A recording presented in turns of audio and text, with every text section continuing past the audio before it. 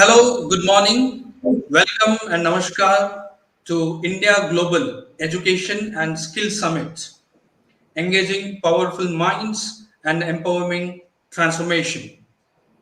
It's a 3 day mega virtual summit with over 100 education leaders and also from the skill sector, those who are policymakers from the Government of India, the Government of Telangana, and various state governments. At the same time, the leaders from the education sector would be joining us. And today, I welcome you all to the day one of India Global Education and Skill Summit. इतना ਤੁਹਾਨੂੰ ਬੜੀ Before problem ਸਾਡੀ I ਸਾਡੀ call team ਹੋ upon ਰਹੀ our ਲੜੀ ਹੋਈ ਨਾ guests, I would like to throw a ਇਹਨਾਂ light ਮੈਂ on. ਦੇਖ ਰਿਹਾ ਤੁਹਾਡੀ ਪਲਵਲ ਦੇ ਨਾਲ ਹੀ ਕਰ ਰਹੀ ਹੈ ਪਲਵਲ ਵੀ ਹੈ Before I call upon our first guest, as a journalist, always I have that instinct of looking at the stories. I present to you a small story on the ground from the state of Telugu speaking land. It is just 3 or 4 years old story. Students, majority of the students are from the rural area, and for them, education institution that they can afford or can go is the government educational institution. Just 3.5 years or 4 years back, the situation was like this. Students wanted to have a great career, parents wanted to have their children a great education, but the situation in the government institution have been deteriorating. It was not interesting, it was not exciting. And there comes a change. Officer takes charge. He finds the curriculum is outdated. The world is moving fast. The curriculum is outdated and there is no modern technology. And he brings his team together and he finds that this is what needs to be done. Modernization comes in, new curriculum comes in, a lot of flexibility to the student is offered. Student gets an opportunity to get admission through his mobile, through his internet, and at the same time he also get an opportunity to pay his fees online. Now is a situation where the government institution in Telangana, especially the higher education department, degree colleges, there is an unprecedented increase of over 60%. It is more than 60% admissions increased in government colleges. That itself tells a story what is the transformation that happened. And this would not have happened without a dedicated and a devoted approach and a larger vision to transform the education within the state. And the man behind this, the mastermind who dedicated his time and his devoted his life for last 3.5 years in the higher education system. Now it is in a transformed state. It is transforming rapidly. So please join me in welcoming the man behind this, the mastermind, Mr. Naveen Mittal. Thank you very much, sir, for joining us. It's an honor and privilege to have you as the program chair. You are the mentor. I had the privilege to associate with you for over the years, right from the time, over the years, right from the time you have been collector, Hyderabad district. Over the years, Mr. Naveen Mittal held several key positions in the undivided Andhra Pradesh. Now it's the Telangana state government.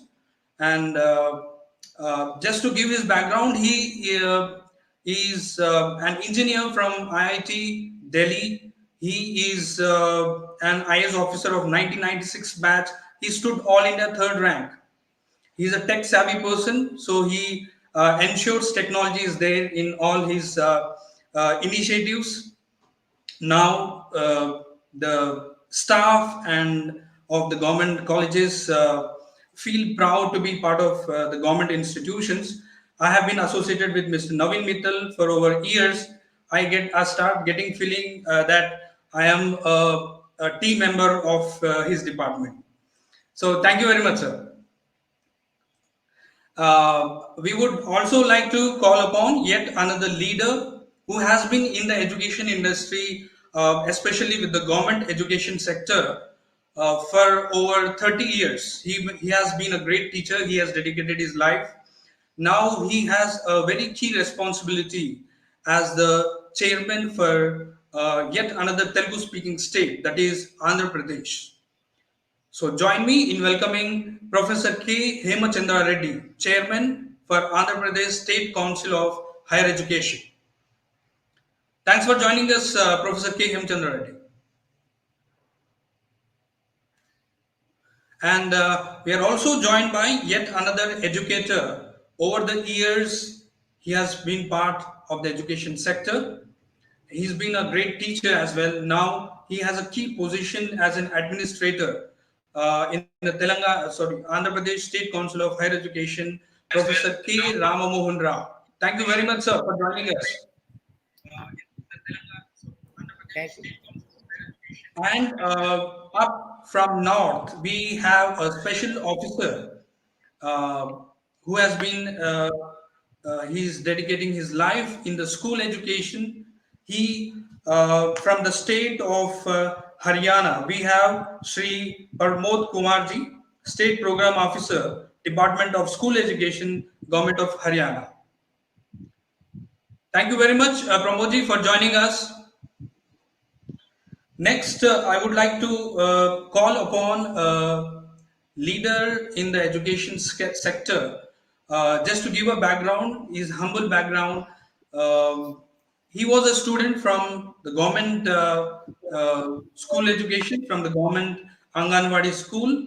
Now he realizes that there is a need to fill the gap of quality education to the children. He founds a school, a group of school. After that, his wife and his entire family has dedicated their life to the imparting quality school education.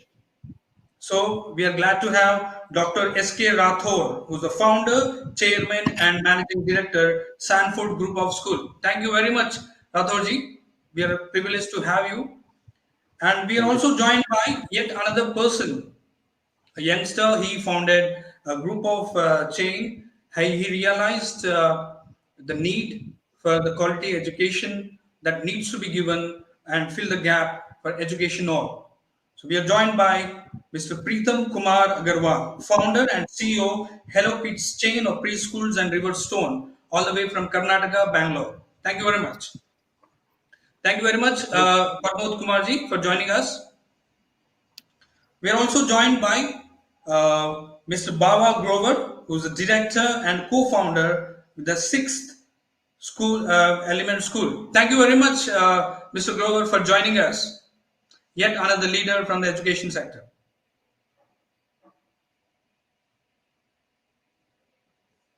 Yeah.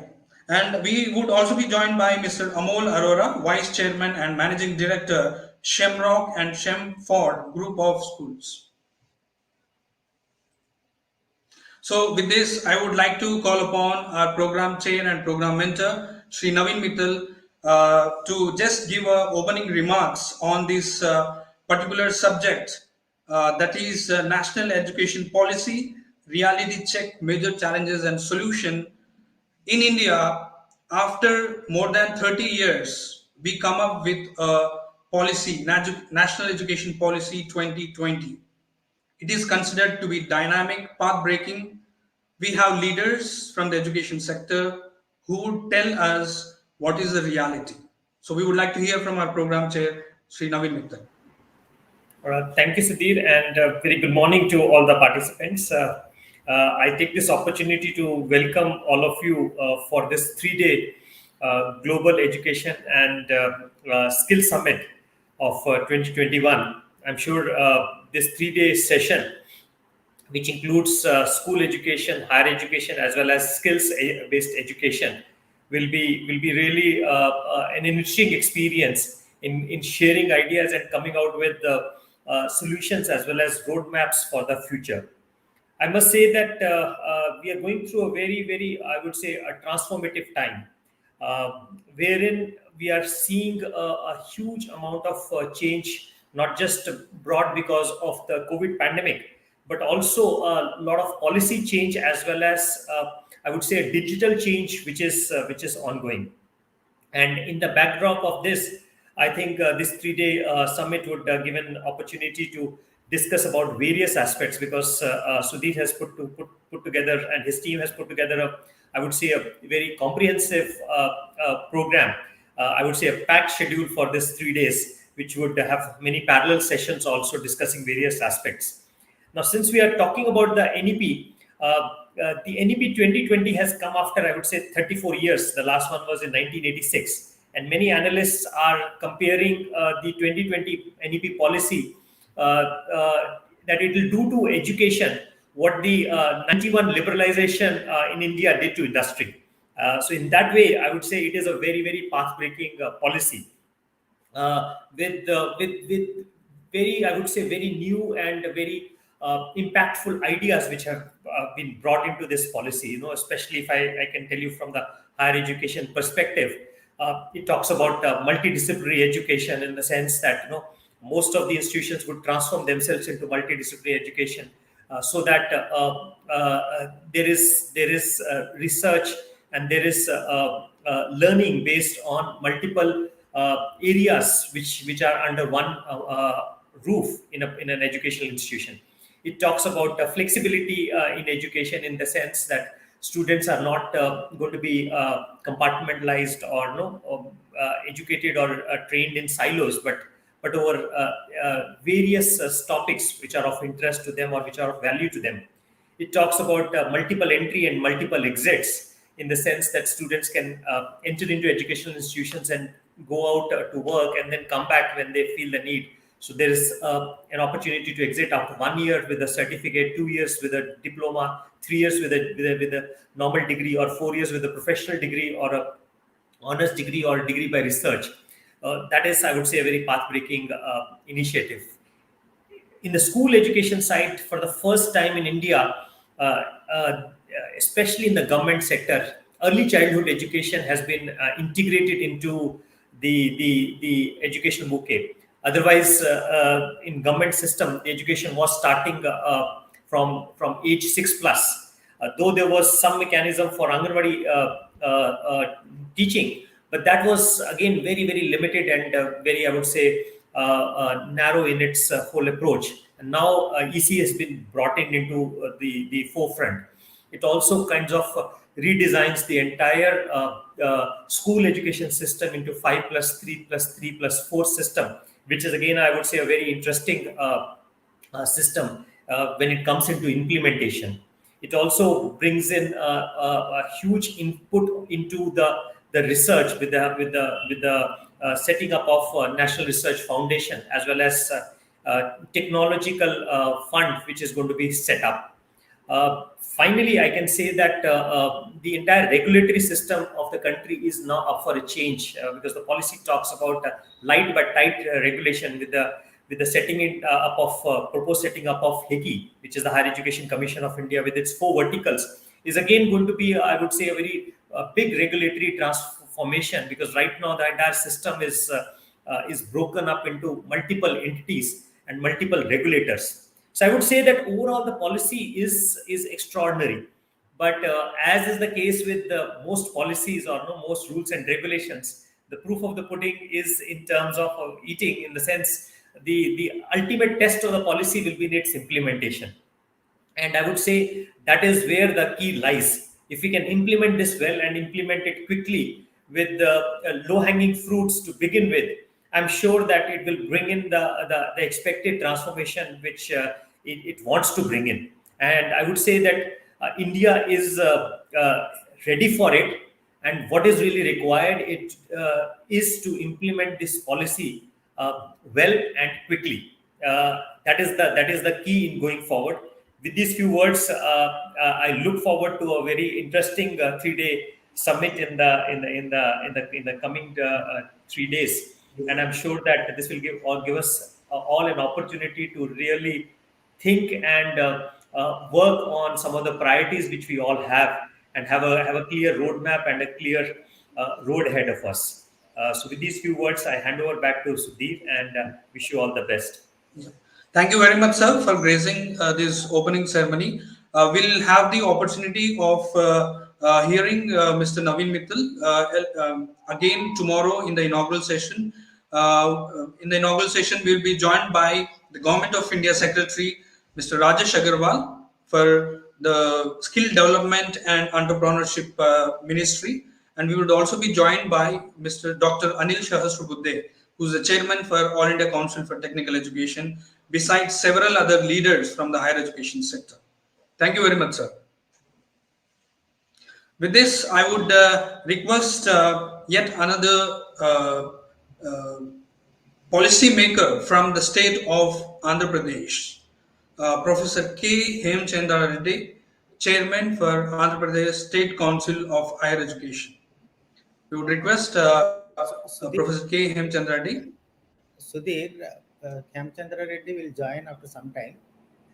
Okay. So He's meanwhile, logging. we would request, we would request the Vice Chairman of AP State Council for Higher Education, Professor K. Ramamohan Rao, sir, to please address the opening session. Yeah. Good morning, all of you, fellow panelists in this very important session. And thank you, Naveen Mittalji, for organizing this kind of wonderful Global Educational Skills Summit and hosting Telangana and giving us a chance to be a partner in this program from Andhra Pradesh State Council of Higher Education. I congratulate the government of Telangana Higher Education Department and all the organizers for giving us this great opportunity. The Naveen Mittal sir rightly mentioned that so many initiatives were made by the committee, Kasturi Rangan committee, to transform higher education system in this country. And they wanted to bridge the gap between the advanced education systems and the system that is prevalent in this country. So basically, they have focused on creating access, flexibility, quality, and employability.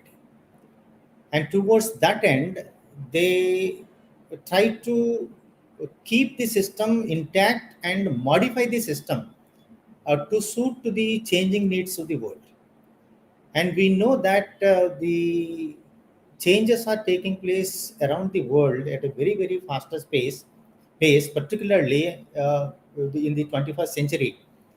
And everywhere the digitalization is on the leading forefront and transforming every sector, and the education sector is the main sector wherein we have to develop the workforce for the entire world. And when NEP 2020 is say proclaimed by the government of India, then there was some kind of comments came out from various quarters of the country. Some thought it is highly ambitious, and some thought that for a country like India, it is very, very difficult and highly challenging to implement all the suggestions made by the committee. And some are very positively hopeful that definitely some kind of good change takes place in the education system, and that is good for the country. So whatever be the kind of perceptions the people are holding, but we should definitely appreciate the Kasturi Rangan committee for realizing the realities of the state country, and also to develop some model through which we can catch up the global standards, if not immediately, but in a short span of time. And I would like to focus on the four important areas which really makes the India education system, particularly the higher education system, to progress forward. Because school education, we have a lot of experts here. I would like to confine my presentation only to the higher education. So one important dimension that Kasturi Rangan committee and every individual in the country felt that the quality of higher education in the country is not up to the mark, and which need to be addressed very seriously. Though we have a few islands of excellence like IITs, IIMs, not all IITs and not all IIMs, but a few IITs and few IIMs and IISc like institutions, they could able to make a mark globally and got highest appreciation from all parts of the country. But the vast part of the higher education system is not up to the mark, and it is much to be desired. So how to go about it? If you look at the figures, only 11% of the higher educational institutions are accredited by NAC. So quality accreditation is not done significantly. And out of 973 universities, 33%, one third of the universities only got NAC accreditation. And we are looking for global standards. And in many of the institutions, we could see only conventional teaching and learning. I'm talking about this issue before the pandemic. The pandemic forced us to get into the technology, and people all of a sudden jumped from conventional method to the technological interventions into the system. There are so many challenges, and some could able to cope up, some could not able to cope up, and still things are not on the acceptable lines. So a lot of things need to be done to make the technology intervene into the system so effectively as like in developed countries. And for that, so many challenges are there that I will come back to you later. So we have central institutions and state institutions, and central institutions could able to do well compared to the state institutions because of the funding. Central institutions could able to get huge funding for the infrastructure developments and also to run the educational programs so effectively. But almost in all states, the state-run higher educational institutions are facing serious funding problems. So they could able to hardly meet the salary component, but they are unable to meet any other issues. Then infrastructure, learning infrastructure, very much need to be done. We have very poor learning infrastructure. So we have to take the example of Delhi. Kejriwal government has done a very good exercise in transforming school infrastructure and also going for higher education infrastructure. And the Andhra Pradesh state government also is investing heavily on changing the infrastructure of the system. But in many states, it is very, very poor in state. And we know that the top people are many top ranked people are migrating to foreign countries for quality education. At one point of time, India used to attract the rest of the world, but now Indians are attracted by the rest of the world. That is the situation. And research in higher educational institutions, except a few islands, is in backseat, though India stands third position in research output. But if you compare America and China, the first two, the gap is so significant. And though we could able to produce good quality research papers, we are unable to convert them into patents. This is another serious area to develop excellence. The leadership and governance is a very poor state. The academic environment and academic ecosystem is not so well and transformed, and the present higher education system not providing challenges to the students to become acceptable world over. So what are the remedies for it? We have to invest heavily on education and particularly higher education. Now it is 1.6% of the GDP, and of course NEP 2020 advocated that it should be not less than 6% of the GDP. Even that is not sufficient. The target is moderately set, but even to catch up 6%, it is very, very difficult for a country like India. And that is the governments at the state and central level should give high priority to the education and higher education. We should provide technology interventions into the system so that the students can have personalized education and also lifelong learning.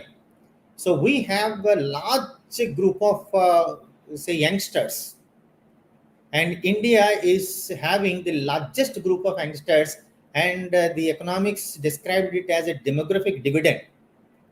But we could provide education between 18 and 23 years of age group. If you look at the GR at the national level, it is 27.2. Of course, Andhra Pradesh could able to make it 35% GR for higher education. But see, this says that 73% of the youngsters are not having access to higher education. That means that the how we can exploit the demographic dividend that we are having to say generate value to the economy and value to the world. That is the biggest question. And technology intervention is the most important aspect where we can make it is things possible positively. So we have a serious demographic digital divide. Only a few parts of the world could able to, few parts of the country could able to have access to internet and say high speed bandwidth, but majority could not able to have it. And a lot of investment on digital infrastructure need to be made to address this problem. And zero tolerance on institutions who compromise on quality. This is a very serious issue. The regulators have to take serious measures to curb the malpractices, unwanted practices of some commercial oriented educational institutions, which are very large in number in this country. And special focus on research with adequate financial support. And zero tolerance on poorly performing faculty. Faculty should be assessed periodically, and there should not be any tolerance. Say job securities and all that should be given up, and they should be sent out of the institutions. Light but tight regulation. That is what NDP 2020 said, and that should be implemented very seriously. So the crux of the issue is the investment on the desired areas which can help transform the educational institutions and also education system in this country. The second major issue is expansion of higher education system, expansion of school education system also. We did achieve a substantial success in expansion of the system after independence, but this is not sufficient. We have majority of the institutions promoted by private individuals or societies or organizations.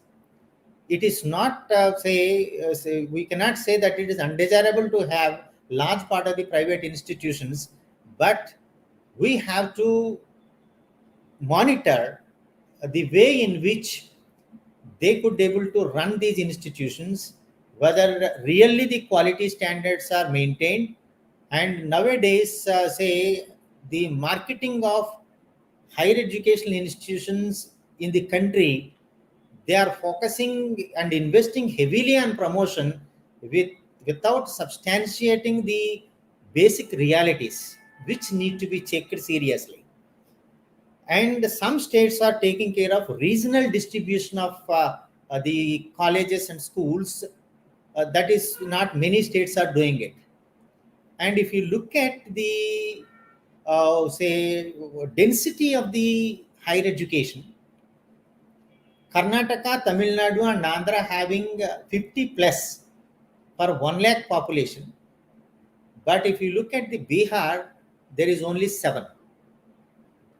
So there is an uneven distribution of higher educational institutions which need to be addressed very seriously, and absence of policy of expansion at state and central levels. some states have a very good policy, like Andhra Pradesh, Telangana, Tamil Nadu, Karnataka. They have a well-defined policy of expanding the education system, but in many states we could not see that kind of thing.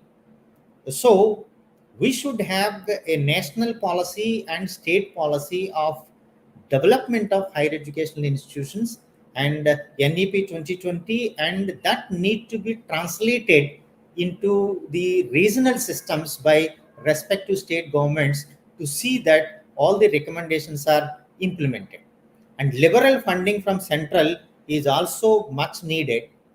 And one more issue for expansion is ODL and online programs, because we have now, to greater extent compared to the earlier periods, the presence of the digital infrastructure, and we have to exploit that infrastructure to develop ODL and online programs across the country.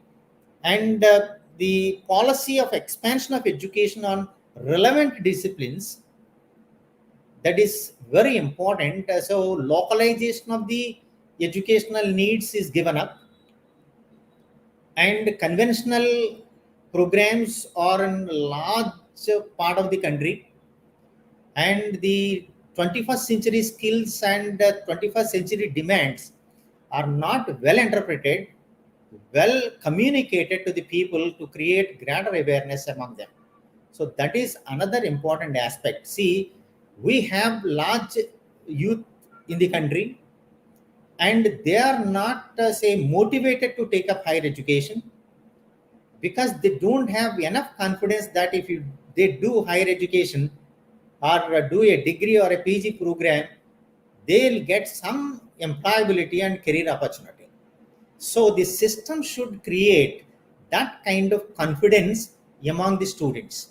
And if you look at the say GR at different levels, so among children the literacy rate is 97.8%, but when it comes to secondary school level, the GR is 77.9%. That means 20% drop. And when it comes to the higher secondary, it is 51.4%, another 20% plus drop. And when it comes to the higher education, it is 27%. You see another 20 plus percent drop. Why these dropouts are taking place, we have to seriously examine and see that the 97.8% flow from school education to the higher education, then only we can develop the competent youth to transform the country and transform the world. That is important. So towards this end, we have to ensure equity and equitable access of education to all sections of the society, particularly the disadvantaged sections of the society. They are unable to send their children to the schools or colleges or universities because they cannot afford. Affordability is one issue, and the loss of revenue if they send it to the schools and higher educational institutions. This is need to be addressed very seriously. And we have employability is a major concern, and many studies are saying that the students who are coming out of professional institutions and conventional universities and colleges are not having employable skills, which is very seriously need to be addressed.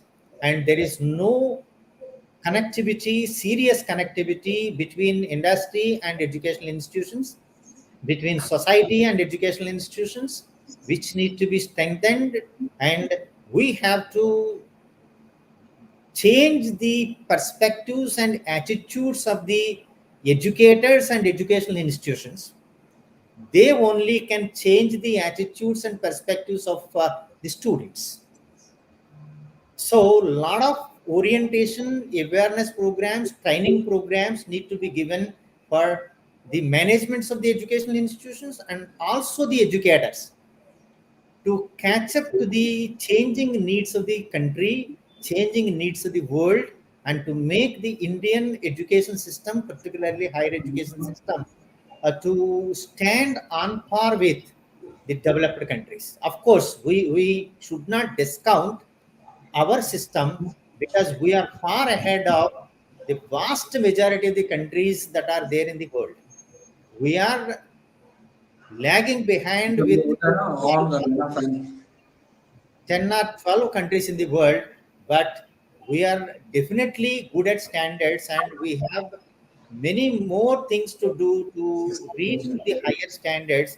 I'm sure this kind of say summits, discussions by around 100 experts in various areas will definitely contribute for the say enrichment of thoughts, ideas, to pool them and to transform them into policies to strengthen the education system of the country. I thank profusely the organizers for giving me this wonderful opportunity.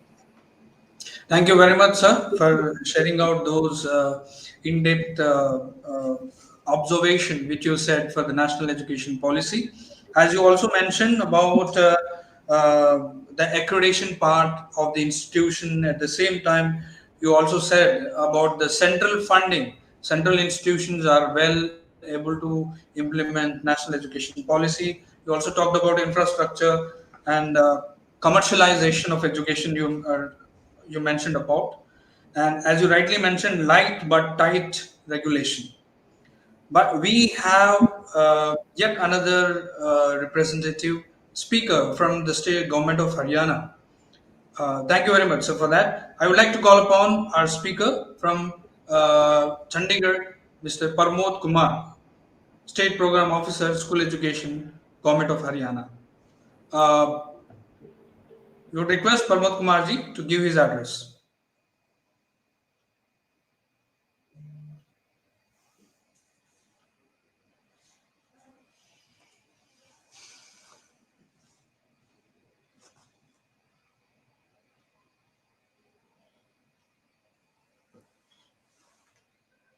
If Parmod Kumarji can listen to us.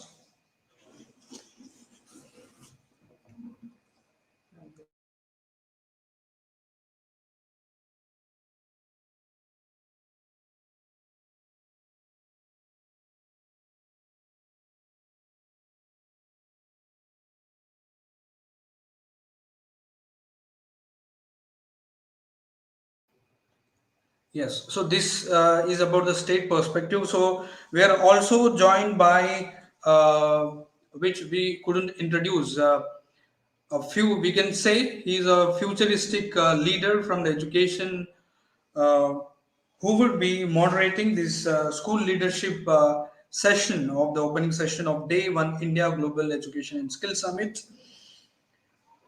Mr. Amol Arora, Vice Chairman and Managing Director, Shemrock and Shemford Group of Schools. Thank you very much, Mr. Amol Arora, for joining us. Thank you, Sudheer, for having me in the session and look forward to moderating the session. Yeah. So Mr. Arora, as I said, is a futuristic educationist. If you follow him, you'll get to know uh, on social media. So by the time, if we would, Mr. Parmodji from the state government of Haryana, if he joins us, I would request you to take over and moderate the session. And if Mr. Parmodji joins us, we can allow him to give his. Yeah, we are joined by Mr. Parmod Kumarji. Sir, we would like to have your perception on national education policy reality check. You, as part of the implementer and regulator, you would like to know how is the situation and how do you look at it? Thank you very much. I am audible? Yes. Thank you very much. सबसे पहले तो मैं आप लोगों का धन्यवाद करना चाहूँगा, मुझे जो है आप लोगों ने इस प्रकार का अवसर प्रदान किया कि राष्ट्रीय शिक्षा नीति के ऊपर मैं अपनी बातचीत रख पाऊँ। मैं आपको बताना चाहूँगा कि मैं स्कूल एजुकेशन से संबंधित हूँ और स्कूल के क्षेत्र में राष्ट्रीय शिक्षा नीति में जितनी बातें कही हैं, आज तक की किसी भी शिक्षा नीति में वो उतनी बातें नहीं कही। चाहे हम 48 का डॉक्यूमेंट उठा के देखें, उससे पहले 1940 का डॉक्यूमेंट उठा के देखें, कोठारी आयोग की बात करें, यशपाल कमेटी की बात करें, या हम ऑपरेशन ब्लैक बोर्ड की बात करें, या जो है राष्ट्रीय शिक्षा नीति 86 की बात करें, या 92 के एक्शन प्लान की बात करें, या उसके बाद हम डीपीपी से लेके राष्ट्रीय माध्यमिक शिक्षा अभियान और एसएससी तक जहां तक आ जाए, इतनी बातें कभी नहीं। हाँ, एक डॉक्यूमेंट 2009 में जरूर आया, जो एक्ट था, राइट टू एजुकेशन एक्ट को मैं बहुत महत्वपूर्ण डॉक्यूमेंट मानता हूँ स्कूल एजुकेशन के क्षेत्र में। और उसके बाद धन्यवाद है कस्तूरी रंगन जी महाराज को और इनके जो साथ जो सदस्य थे, इन्होंने वाकई बहुत डायनेमिक काम किया है। और इसमें राष्ट्रीय शिक्षा नीति के मूल में रखते हुए जो नेशनल करिकुलम फ्रेमवर्क बनेगा, चाहे नेशनल करिकुलम फ्रेमवर्क हम स्कूल एजुकेशन की बात करें, चाहे नेशनल करिकुलम फ्रेमवर्क हम टीचर एजुकेशन की बात करें, या national curriculum framework pre primary education या अडल्ट एजुकेशन की, जो 4 प्रकार के नेशनल करिकुलम फ्रेमवर्क है, वो चारों ही डायनेमिक बनेंगे। अगर मुझे मोटा मोटा 4-5 पहलुओं के ऊपर बात करने को कहा जाए, या जैसे आपने अभी सिद्धार्थ आपने सुधीर ने कहा कि रियलिटी चेक की बात करी जाए, तो सबसे महत्वपूर्ण है एजुकेशन साइकिल। जो 12 साल का एजुकेशन साइकिल था, जिसको हम K-12 बोलते थे, जिसको 15 साल का किया, बहुत शानदार, बहुत डायनेमिक है। देखिए, मेरे द्वारा लगभग 52 देशों की यात्रा की गई है। उन 52 देशों में से 20 से ज्यादा देशों में मैं पढ़ा चुका हूं। और जिस फिनलैंड की बात हो रही है, जो फिनलैंड हो रही है, जिसका national curriculum framework Helsinki university ने बनाया, मैं उस हेलसिंकी यूनिवर्सिटी में रेगुलर जाता हूं और उनके साथ पार्टिसिपेट करता हूं। मुझे ऐसा लगता है कि जो शुरुआत के किसी भी बच्चे के शुरुआत के जो दिन है, वो दिन सबसे महत्वपूर्ण होते हैं। शुरुआत के दिनों में बच्चा, ऐसे बहुत सारे प्रयोग हैं जहां 2 भाषा, 3 भाषा, 4 भाषा, 5 भाषाओं के शब्द सीख सकता है। तो जो प्री प्राइमरी को सिस्टमाइज करना, इंस्टीट्यूशनलाइज करना, जो इस पॉलिसी में कहा है, वो बहुत शानदार है। अगर रियलिटी चेक की बात करें, उसका इंप्लीमेंटेशन कितना बढ़िया होगा, इस चीज के ऊपर डिपेंड करता है। सभी राज्य सरकारें कहेंगे कि आंगनबाड़ी को हम प्ले स्कूल में कन्वर्ट कर देंगे और आंगनबाड़ी प्ले स्कूल की भूमिका निभाएगी, तो यहाँ फेल होने के 100% चांस है, क्योंकि आंगनबाड़ी का अपना एक मैंडेट है। उसके बाद मैं आगे बढ़ता हूं। अगर हम बात करें फाउंडेशन लिटरेसी न्यूमरेसी, जो निपुण भारत की बात है, ये बहुत ही शानदार है। देखिए, किसी भी बच्चे को 2 चीजें चाहिए, बेसिक लिटरेसी, बेसिक न्यूमरेसी, जिसको हम बोलते थे फंक्शनल लिटरेसी, फंक्शन न्यूमरेसी, जोड़ घटाव गुणा भाग गिनती पाड़े साधारण ब्याज चक्रवृद्धि ब्याज लाभ हानि और लंबाई चौड़ाई ऊंचाई के जो मानक है। अगर किसी को इतना मैथमेटिक्स दे दिया जाए, उसकी जिंदगी में बहुत महत्वपूर्ण भूमिका अदा करता है। और बोलना, पढ़ना, सुनना, लिखना, समझना, व्याकरण का ज्ञान दे दिया जाए, ये महत्वपूर्ण भूमिका पड़ता है। इसके बाद तो जितना भी बच्चे को मिलता है, चाहे वो हायर एजुकेशन में जाए, चाहे रिसर्च में जाए, चाहे पीएचडी करे, उसके बाद चाहे वो नोबेल पुरस्कार के लिए जाए, उसकी पूरी की पूरी जो आधार है वो बेसिक लिटरेसी और बेसिक न्यूमरेसी के ऊपर है। तो बेसिक लिटरेसी और बेसिक न्यूमरेसी को देकर उसको महत्वपूर्ण बनाकर जो इसके अंदर डाला गया, ये भारत के लिए बहुत कल्याणकारी होगा। वो बच्चे जो शुरुआत के सालों में पिछड़ जाते थे, जिनकी वजह से ड्रॉप आउट बढ़ता था और आउट ऑफ स्कूल बच्चे होते थे, वो समस्या को हल इससे किया जाएगा।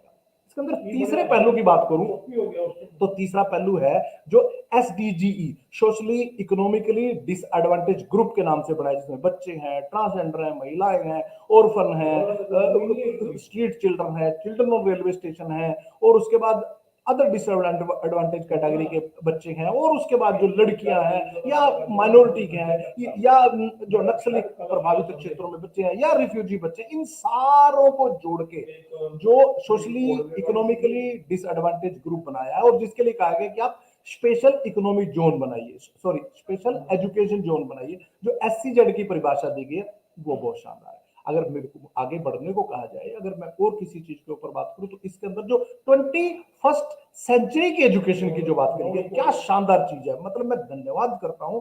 यहां फिर वही बात आती है, सुधीर, मैं फिर बताना चाहूंगा कि इंप्लीमेंटेशन कितना होगा, कितना कारगर होगा, ये सारी चीजें उसके ऊपर निर्भर करती है। हिंदुस्तान की विशेषता क्या है, मैं इसको विशेषता कहूंगा। हिंदुस्तान, मैंने ना बहुत सारे कंट्री की पॉलिसीज देखी है, उनको पढ़ा। हिंदुस्तान की विशेषता, यहाँ पॉलिसियां इतनी शानदार बढ़ती हैं, ओहो हो, पढ़ के लगता रहे अरे, तो महर्षि वेदव्यास जी की गद्दी के ऊपर बैठ के किसी ने लिखी है।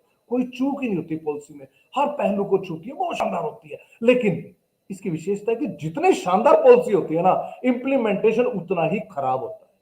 मतलब हम लोग पॉलिसी बनाने के समय में तो पारंगत, सर्वगुण संपन्न, 16 कला संपूर्ण होकर पॉलिसी बनाते हैं, लेकिन इंप्लीमेंटेशन में हम लोग बुरी तरह चूक जाते हैं।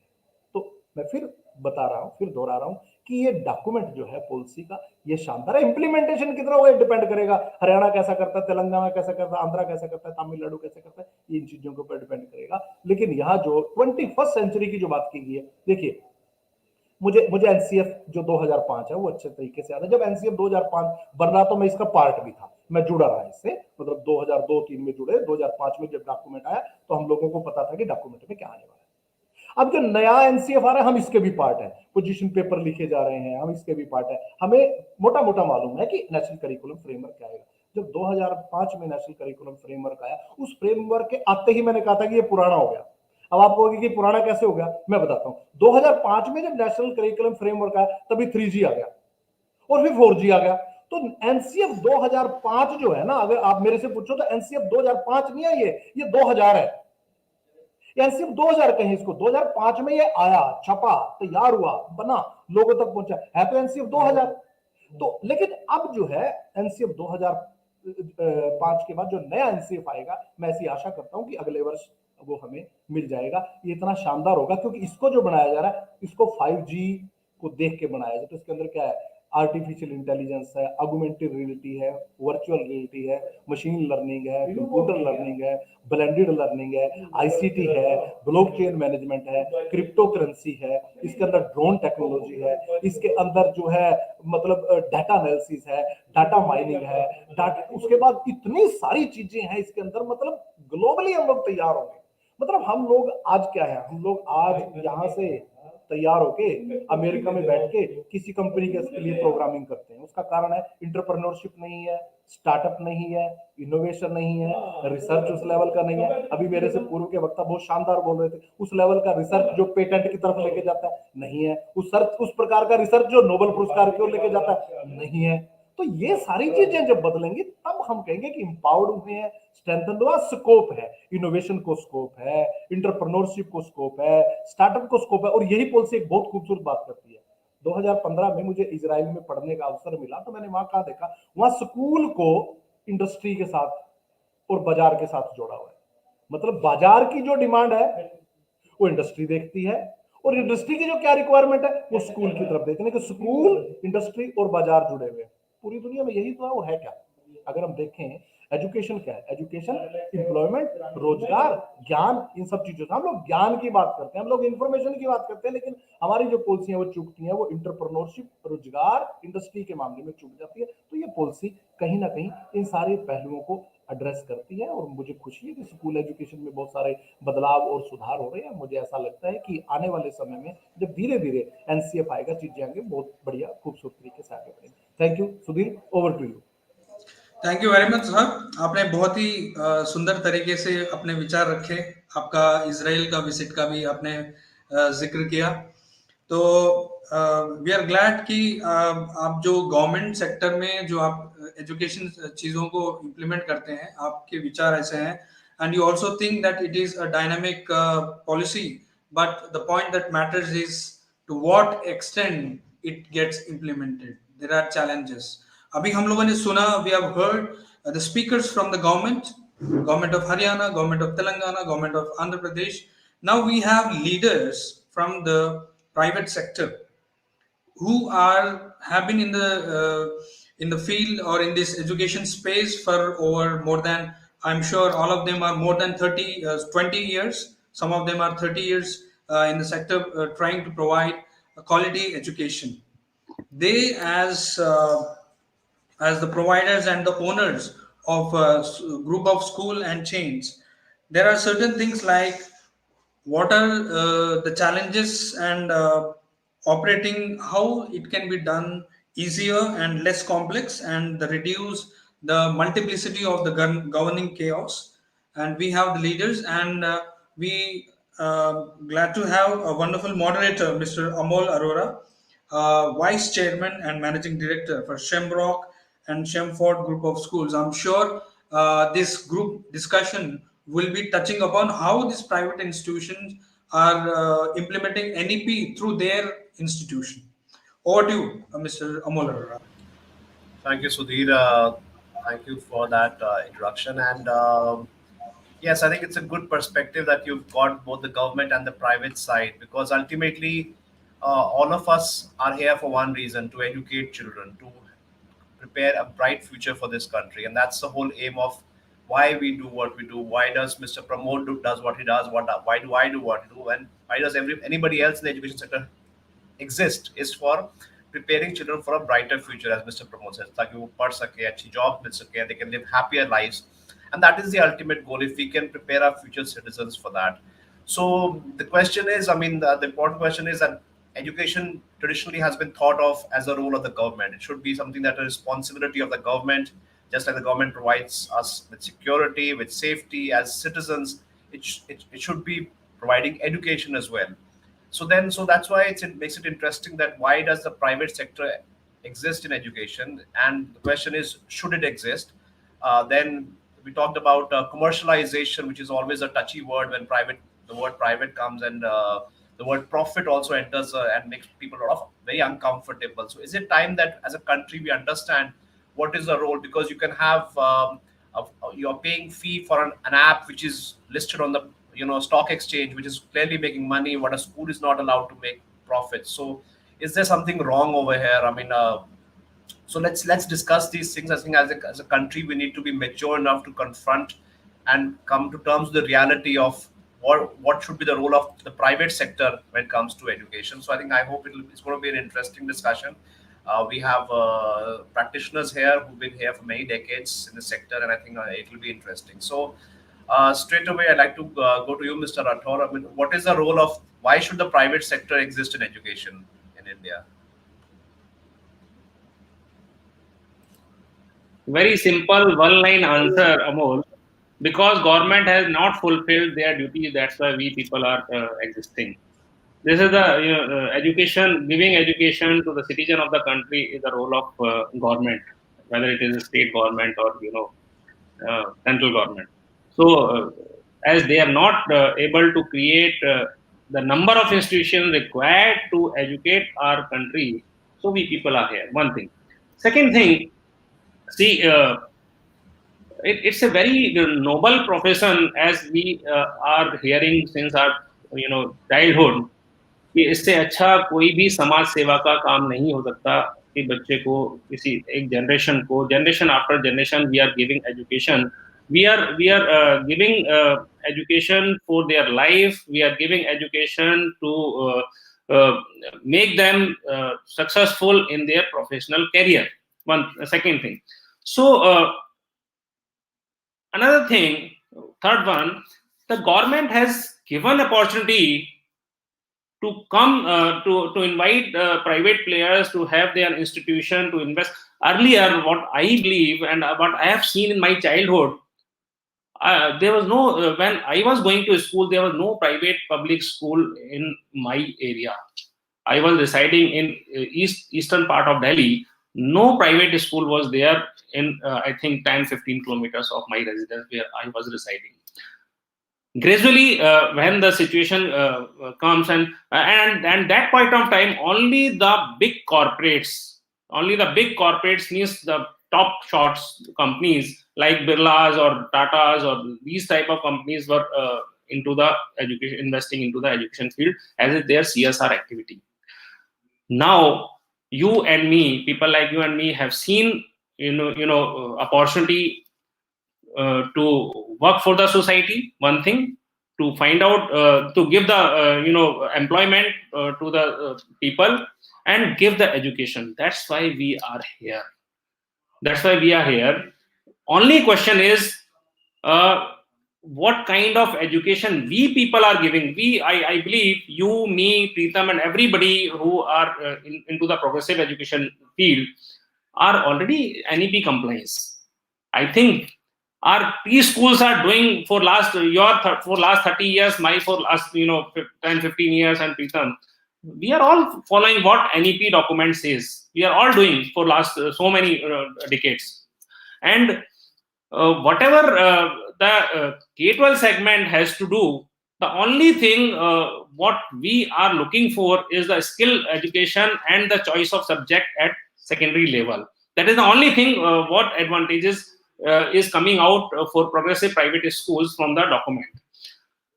Major role of the document and major part to implement is in the government schools and budget private schools.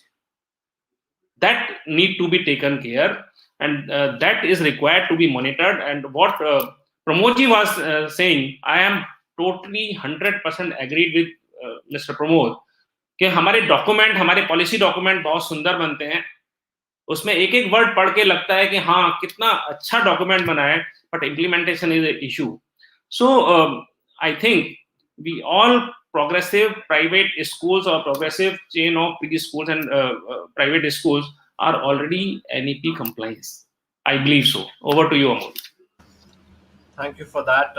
Good insights. Preetham, I'd like to ask you also the same question.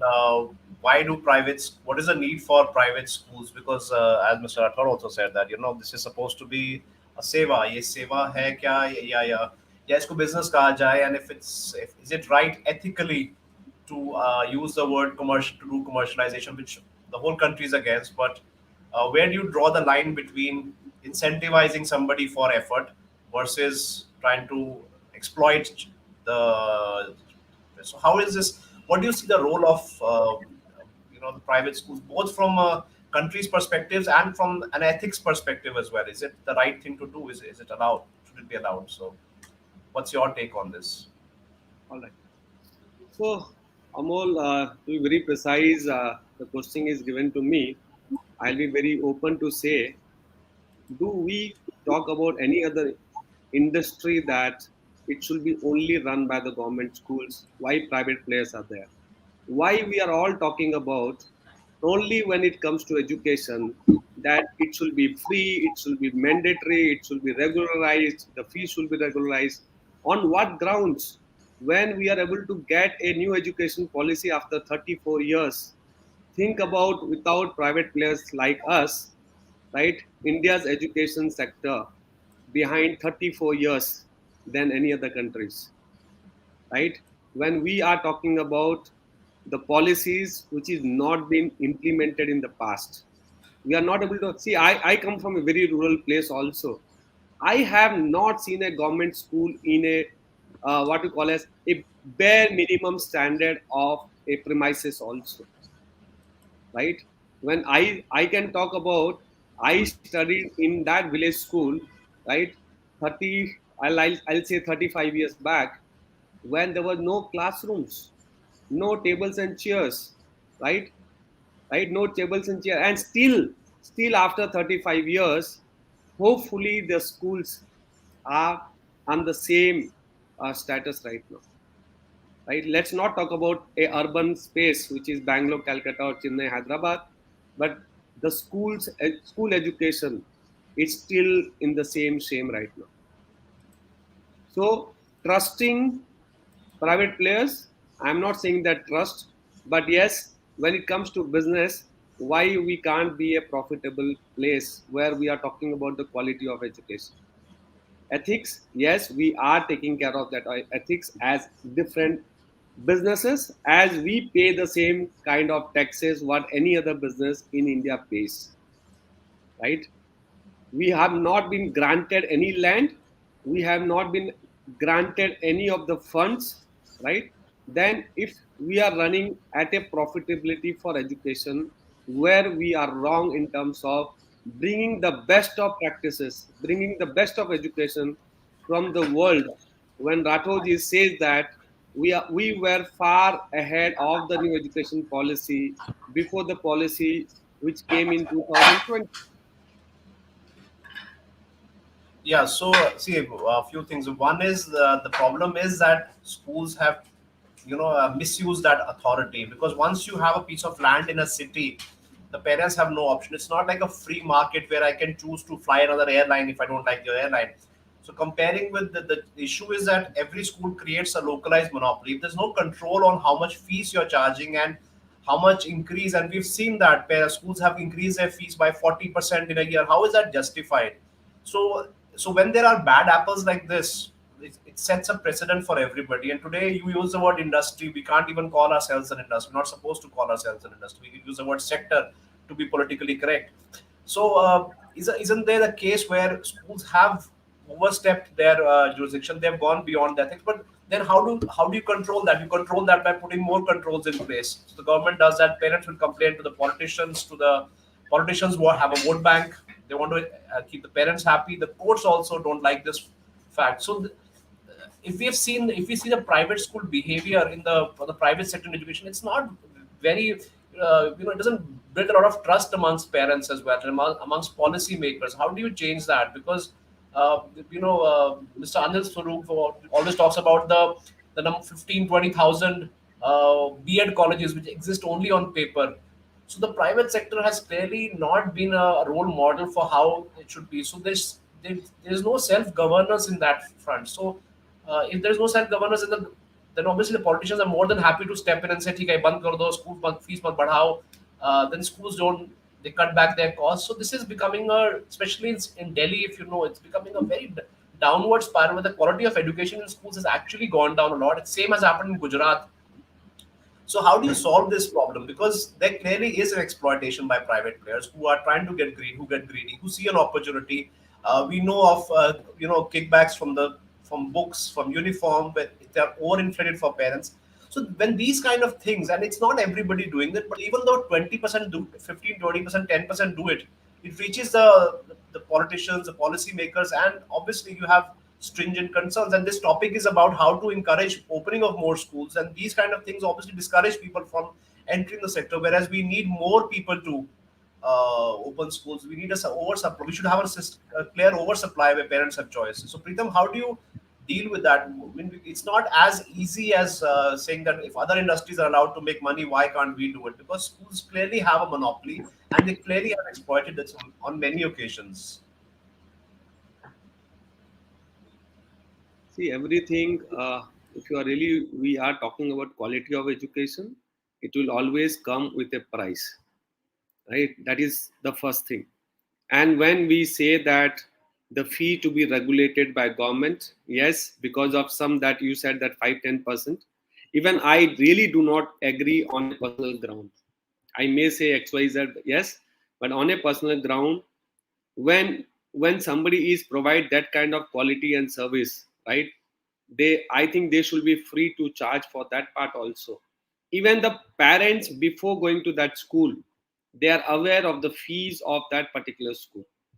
They are aware of certain rules and regulations of every institution, that there will be an increase in the fees in the coming years with the quality of education. If really we are talking about that we cannot increase this because of some government instruction or parents are asking for it, parents have different choices for it. Let the parent find the next best possible for their child, not the best possible. They have to find out the next best possible.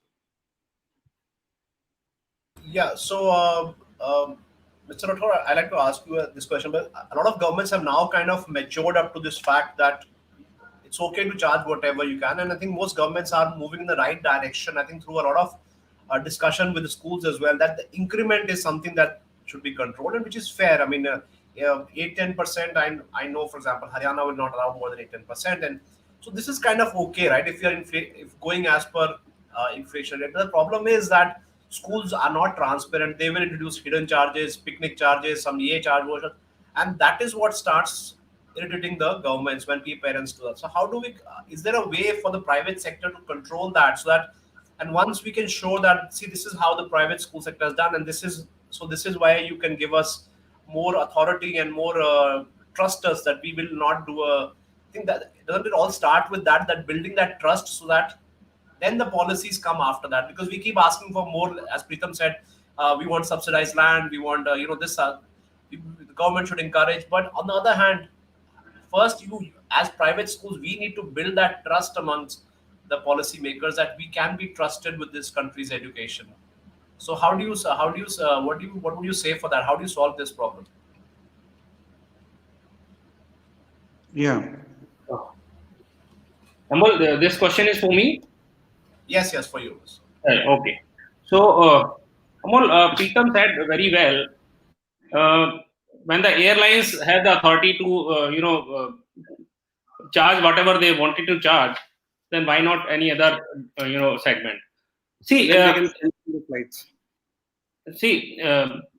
as far as private schools are concerned, maybe 20 years back or 15 years back, people were getting land at subsidized rate from the government authorities. But you are into the field for more than 30 years. I am into the field for more than 20 years. I have never got any opportunity to get the land on the subsidized rate. Now we have to buy land on the auctions. School land is also available on the auctions. When we buy any land on the auctions and put in money, crores and crores of money to invest to build a school, then and a huge monthly expenses, then from where we have to meet it out. One thing. Second thing, the government, you can see the difference of the quality of education in the government schools, where the cost per student is very high as compared to private school. The kind of product we people are developing, the kind of product government schools are developing, there's a huge difference. So I strongly believe government should not enter into the operation part of the schooling. Government should focus on the outcome of the education. What outcome they are expecting from the school, whether it is a government school or private. Why should government operate the school? They should give schools to the private players. They should give schools to you, me, and Pitam, and all other people like this who are expert in this field, who have proven track record. Every government school, every state government is investing higher amount per student for the school education as compared what we people are charging from the student. One thing. Second thing, as far as increment in the fee, charges and other things are concerned, Pritam said very well, whenever any parent enters to a school, particular school, to admit their child, he is having clear understanding of the fee, what fee he is going to pay. He is agreed on that. Then only he has admitted his child. And if the parents are willing to pay fee, then only you are charging higher fees. If I'm not justifying, if I'm not justifying the cost of the services, people will take out their children. No. So it's never a case of when parents agree to admit their child. They made a choice. They are told that these are the costs, and they are ready to pay. But the problem is what happens after that, which are unexpected increases and unexpected heads under which charges are made. This is the reason. I think nobody denies. No. I agree to pay 10,000 rupees a month, or 1 lakh rupees a month, or 5,000 rupees a month, whatever. And next year I don't want to pay. No parent is going to argue on that. What they argue is the incremental increase of cost of education. Yeah. I'm coming to that. That is the problem, right? The transparency. Yeah, I'm coming to that. What they say and what schools say and what they actually end up charging, there's a difference. That's where the problem lies. Yeah, I'm coming to that. See, government should not enter into the initial level of the fee. Whatever fee I have admitted the child. Increment per year, government can regulate it increment only, not the fee per student. Increment ठीक है कि क्या inflation है उसके according increment government can put in a rule. But at what fee I have admitted, I have taken the admission, and what kind of profit my trust or society is doing, government should not enter into it. One thing. Second thing, when the vegetable prices, pulses prices, airline ticket prices are not controlled, then why should everybody want to control the fee of a school? प्याज आज 4 रुपए kilo मिलती है, कभी 40 रुपए kilo मिलती है, कभी 100 रुपए किलो मिलती है. दालें कभी 100 रुपए किलो मिलती हैं, कभी 150 रुपए किलो मिलती हैं. ये within few days the jump in the price of pulses and vegetable and fruits are there. Nobody is going to control it, because that even that is the more basic thing to survive.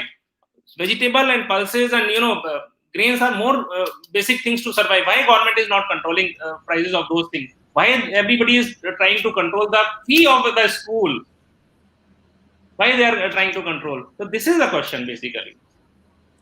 Yeah. So Mr. Baba, I'll come to you as well. Welcome to the session. Sure. Mr. Athor pointed out some points that the government is now selling the lands on auction, so clearly at a premium, and then as an individual, the society expects some private person to put in money there and not take any return from that capital invested.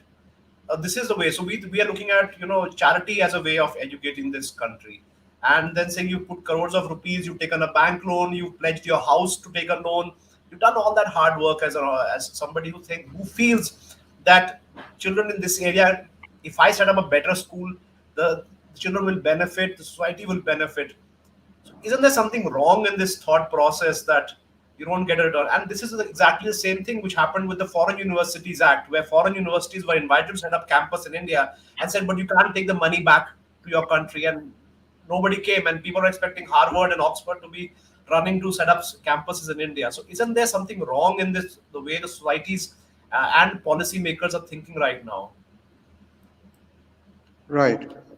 So folks, I've, apart from the education sector, I'm a management consultant, and I've had the opportunity to work in the IT sector, both in India and globally.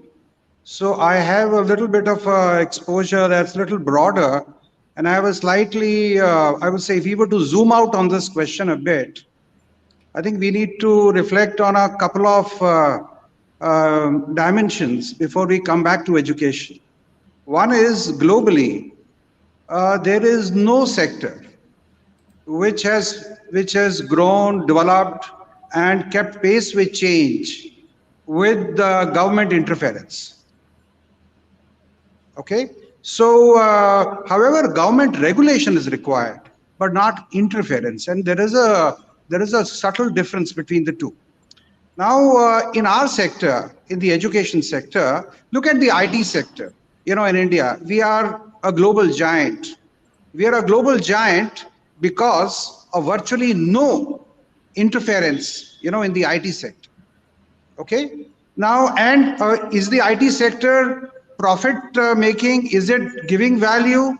Is it respected not just in India but globally? The answer is yes. Yeah. But it serves very important social, and I would say it meets the need of investors, it meets the need of customers, consumers, everyone. So so that is one dimension. The second dimension is that let's take our sector. All of us who build schools, have seen there is so much cross. There are so many difficulties between state government policies, central government policies, between the building policies and the education policies. We've all dealt with that, and we continue to deal with that even today.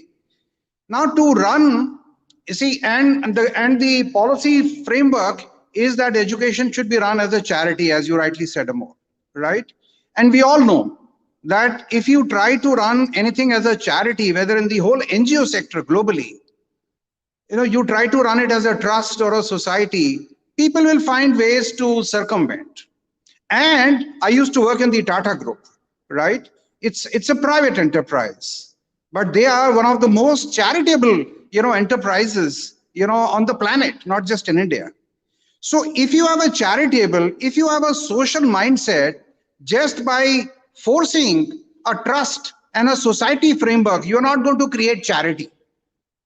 Either, the founders of these schools have a social kind of framework, thinking. If they have that thinking, they will do, charitable work. They will do social impact work.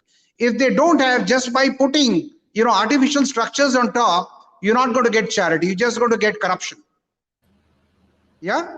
So I have a very different view on this, and therefore I don't think, and the reason why some of these things happen is, see, I used to work in the private sector earlier.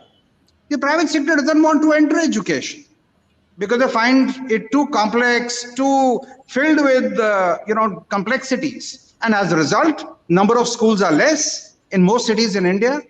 And we have this chaos that we are talking about. We have politics, we have chaos. The moment we make entry of, other players from the private sector to come in easier and not difficult. So the goal, in my view, respectfully, is to reduce regulation and not to increase regulation. If you make it easier for players from India and players from global to enter this fastly, I would say exciting space in the world, which is India, Bharat, I think the education sector will automatically start improving. Today, people are scared of entering the education sector. People are uncomfortable entering the education. right? So in the Tata Group board meetings, we used to talk about it. And I'm on the board of a couple other IT companies. People are uncomfortable entering the education sector unless we make it easy. So really my respectful view, as a management consultant as well as an educator, let's make this sector simpler. Let's wait for parents to regulate us. Why are we wanting government regulation? Parents, see, I operate in Gurgaon. Gurgaon is a far more competitive market than in Delhi. You know that, right? And so I think the quality of education here in Gurgaon is much better. Although, we have some of the issues that you're rightly pointing out about. Yeah, we have those problems. But my sense is, I think this country has got a very mature citizen. I think my view is, as some of the others are also saying, I think putting these artificial caps, 10% increase karna hai, wo karna hai, people will see through all these things and will find a way around. I'm talking about the managements of schools. Similarly, parents will also realize which are the good schools and which are not. And over time, this whole sector will get sorted out. So, but even in Gurgaon, when you mentioned, there were, for example, I know there were protests against annual fees increments, schools charging full fees during COVID time. So, Right. parents also felt helpless, and they were also reaching out to politicians, trying to say, should we file cases? Right. So, yes, the standards of Gurgaon are much higher than Delhi. We all know that because of best regulation. And that's an example for that. But clearly, as I was saying, when every school creates a localized monopoly because of limited land. It's not as if you in a city you can open unlimited schools. So it's not the same as anything. As a restaurant, if I don't like the restaurant next time, I don't eat there. I give a bad review on Zomato and I move on and I pledge myself never to eat. Then I'm okay with that. But for a school, it's not so easy transitioning because as a school you have limited options and you can create local monopolies. Schools can do that, where everyone's at the similar price point. And as a parent, what do I do? Do I shift my residence? So it's not so easy as that. And secondly, it's a political minefield as well. Mr. Rathod talked about the onion prices. हमें पता है onion prices से सरकारें गिर जाती हैं. So it's not so if it's not controlled. Governments do try and control that, right? So similarly, saying that, is it a question of? Do you see this as a question of who will bell the cat? Because clearly, right now, no one's thinking on these lines. We're actually going in the opposite directions. Every time anything new happens in newspaper which says new policy for education, it's always good. It's more and more controls. So, whereas, as you said, competition will open up. Let parents have a choice. Let there be more players. Let there be good people who enter this segment. Because good people don't want to use this way of circumventing the trust and society process. They don't want to get into that mess. So if good people come, but clearly that's not happening right now. We are actually moving in the opposite direction. I cannot think of any policy in the last few years where I would say, wow, the government is trusting us and saying, create something good. It's always more controls every time. So how this direction has to change actually 180 degree. So how does that happen? And that's what I'm stuck with that. How did because that is it's a question. So really the answer to the question is sorry. Ask parents to trust different professions. School managements would be pretty low in that trust factor, and that's unfortunate. As a parent, the people I'm giving my child who's responsible to educate them, prepare them, to give good values are actually very low in my own perception. So that needs to change, right? Before we say, trust us and allow us to make profits, allow us to get return. Isn't there aren't we actually, as a country, we need to discuss this more openly, more maturely? No, you're flagging a good point, Amol, and it's an important point. But I'm not sure whether the answer is more regulation. And to your earlier, angle, allow me to mention that activism and social activism, both on digital and, on the streets, is now impacting not just education. It's pretty much, happening across. It's a global trend now in the fourth industrial revolution, where in the digitally and socially connected world. So that's, I think that will help that will help make schools more responsible. So my view is that let us allow this pushback from parents to happen. You know, in the US, there is this big tamasha going on between school boards and politicians and so forth, right? So I think this is an issue which is a global issue. I mean, and therefore, the short answer, you know, in my view, my humble view, I'm a little older than some of you perhaps, but allow me to give my, and since I've worked globally, my simple thought is we have to bring values into the education system. As Amol, you are very rightly highlighting, it's very, very important. We need to take profiteering away, but let the parents strengthen this sector and not the government, because the government frankly doesn't understand school operations. Yeah, there is no one in the government who understands school operations. The government can't operate airlines, so can't operate hotels, airlines, anything, right?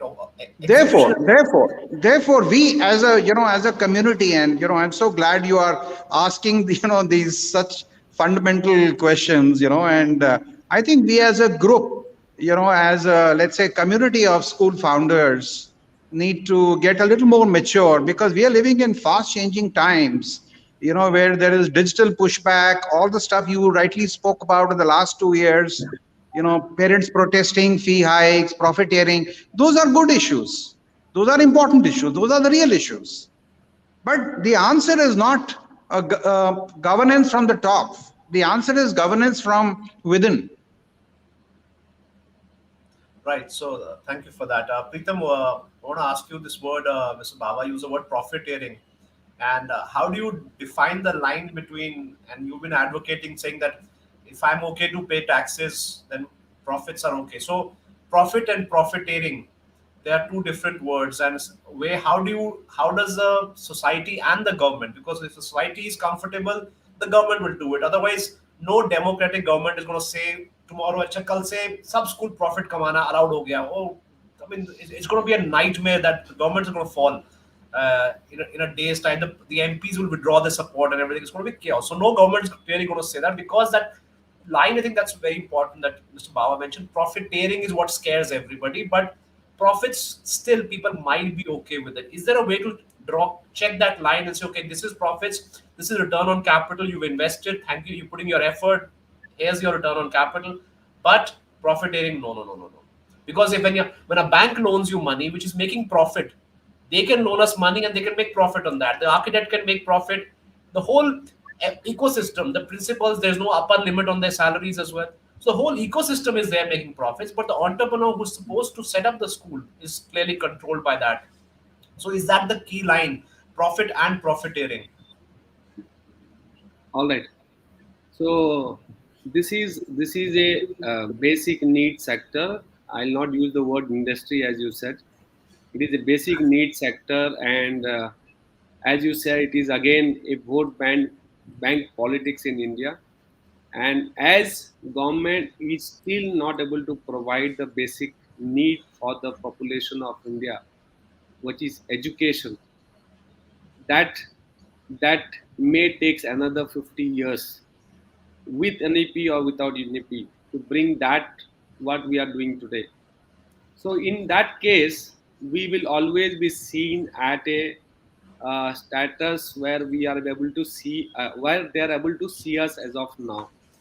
So bringing profitability or profiteering is, I will not say this, because when hospitals, when as you said, different all sectors are allowed to do that. Government, if you go back a report almost 2.5 years back, if Rathore sir and I have already discussed the same matter earlier personally, the government is spending over 6,000 rupees per month per child, which is over 6,000 rupees, right? This is the figure which has been out, right? And they are spending on education, which is far beyond than a private school fees into semi-urban and rural areas, right? Then what we are heading towards. And if we can talk about bringing the best of quality and making some profits out of it, and even we are ready to pay the taxes which is applicable to any private companies, right? Or somebody which even I was listening to a speaker some days back, that why can't government, rather than managing this, how the government has let out Air India as of now also, that rather than spending 6,000 per month on child managing the school education of India, why don't they provide something to a direct benefit to the parents of, let's say, 3,000 rupee per month or 2,000 rupee per month, which is again a good fees to a lot of schools, right? So when we are really talking about a sector to develop, if you want to see an India which is ahead of the developing countries, you have to do something very strongly. As even Grover sir said, it really need a revolution, some actions by all of us, right? Maybe today or maybe in near future, so that we'll be heard in a long process, which is very difficult. ऐसा तो So, नहीं है कि ऐसा तो नहीं है कि उसको नहीं करना है.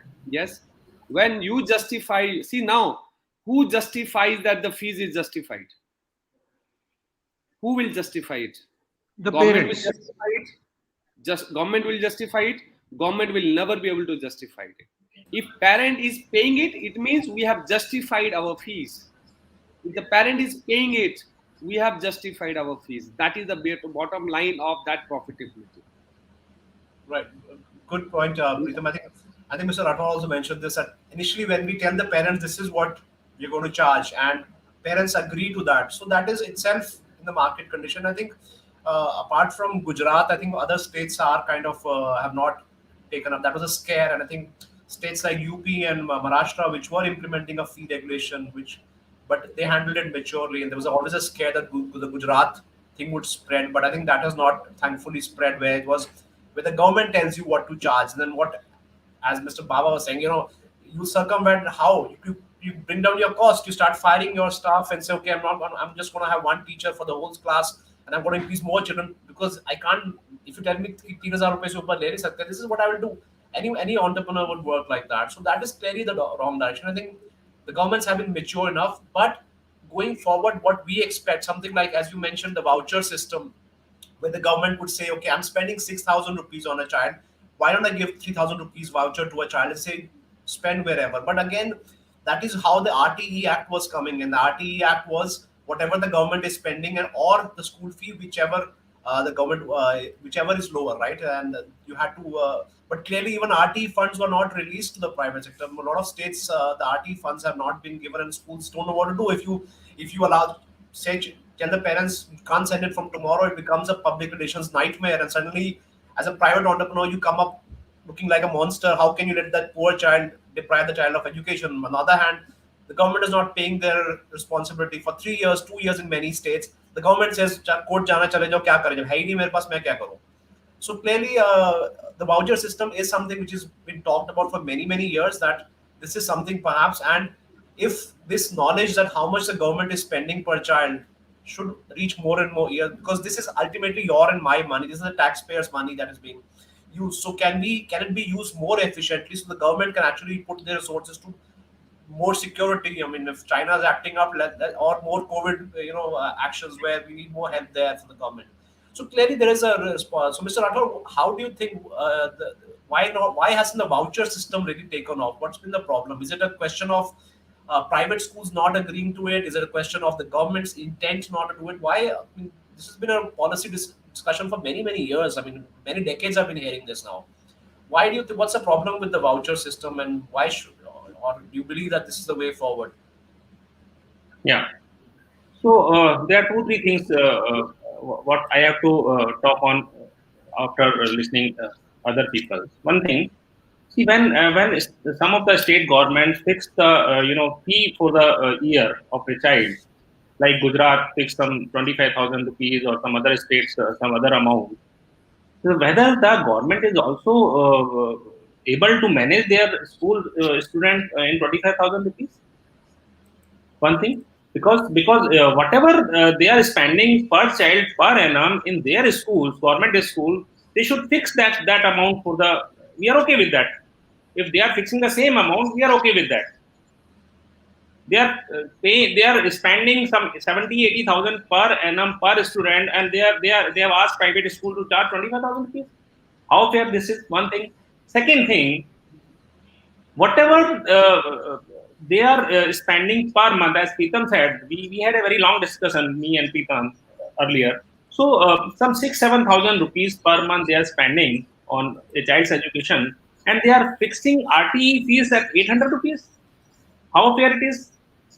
Some of the states are giving 800 rupees, 600 rupees, 1,200 rupees. Delhi is giving, I think, 2,300 rupees.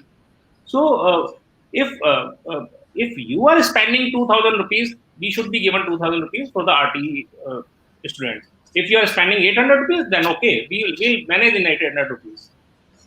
So these two things are very. Why is no one raising this issue then? Is it just because schools are scared, because almost all of them are trust and societies, they don't want that the heat comes back on them because unko pata hai ki kya hoga? That's the problem. That's the problem. See, I tell you, to make India's education system at par with global education system, we need to create an environment. We means government need to create an environment where more and more people like you, me, Mr. Baba, Pritam has to come forward. We can see our future into this field.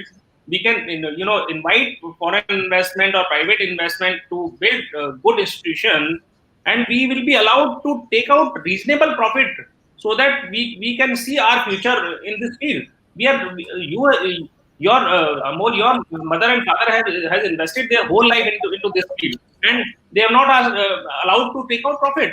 So then why people are sitting into this field?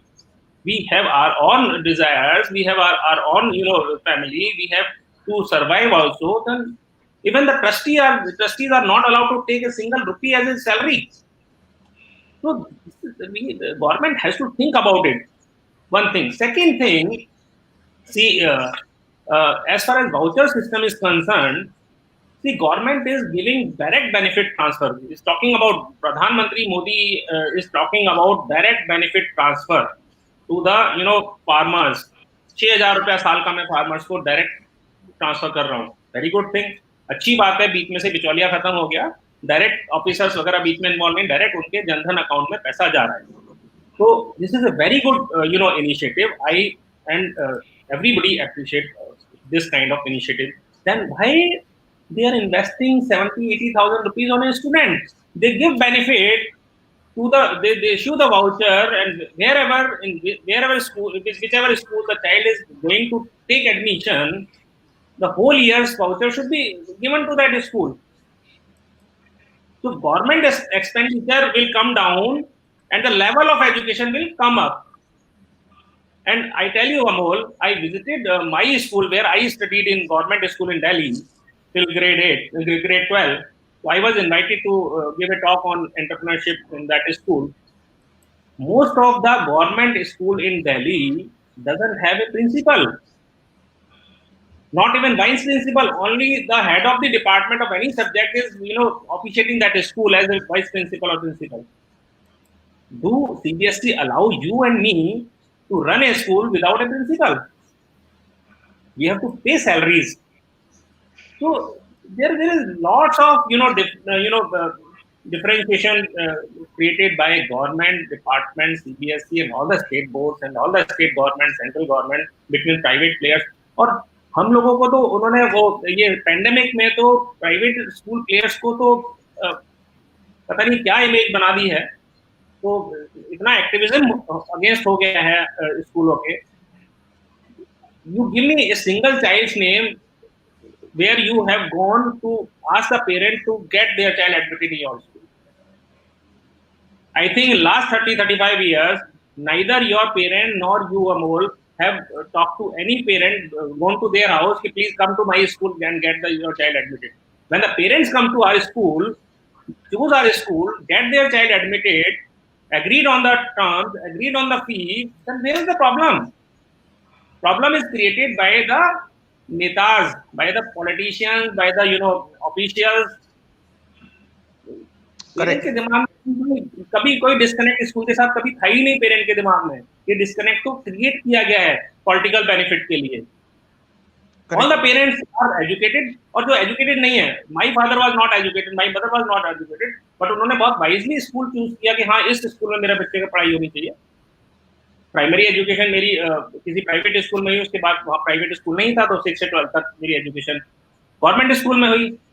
तो ये जो अनपढ़ भी लोग थे या आज भी जो पढ़े लिखे लोग नहीं हैं, वो भी बहुत सोच समझ के, खुद समझ नहीं है तो अपने किसी फ्रेंड से, किसी दोस्त से, किसी पड़ोसी से या किसी टीचर्स के पास जाके वो समझ के और स्कूल चूज करते हैं बच्चे के लिए. They wanted to pay for their education, but our politicians are in between parents and school just for their political benefit. This is the issue basically. Government is not an issue, parent is not an issue. Government, politicians are is the issue, क्योंकि अगले बार उनको vote फिर लेना है. और this is the softest corner rather, where they can touch the population. Yeah, because they know the schools will not hit back because उनको अपना डर है कि मेरा ट्रस्ट सोसाइटी है, मेरे पीछे ना पड़ जाए कोई. So that is why Delhi में हुआ है ना, वो 2-3 स्कूल का केजरीवाल सरकार ने उसका एप्लीकेशन ही खत्म कर दिया, तो सब लोग तो डरते ही हैं. And everybody was back on track. So Mr. Bawa, I want to come to you and say, now how do we solve this? Because a few things have clearly been called out, and it's not about private schools, it's not about government schools, it's not about politicians, it's about the children, and that's what we are here for, and that's what we have to keep in mind. That ultimately policy making has to be for the children, and of course parents should not be fleeced and the profiteering should not be, and everybody agrees with that. So how do you think the sector should take this forward? Call out the people on the amount of money the government is spending versus what we are getting, so that needs to be highlighted, that your money can be put to use much more efficiently. And if that trust starts building up where we have this, we could also see an inflow of good organizations which can operate at scale. There'll be efficiencies of scale, because right now you said that there are not many schools are there, but quality schools are not there.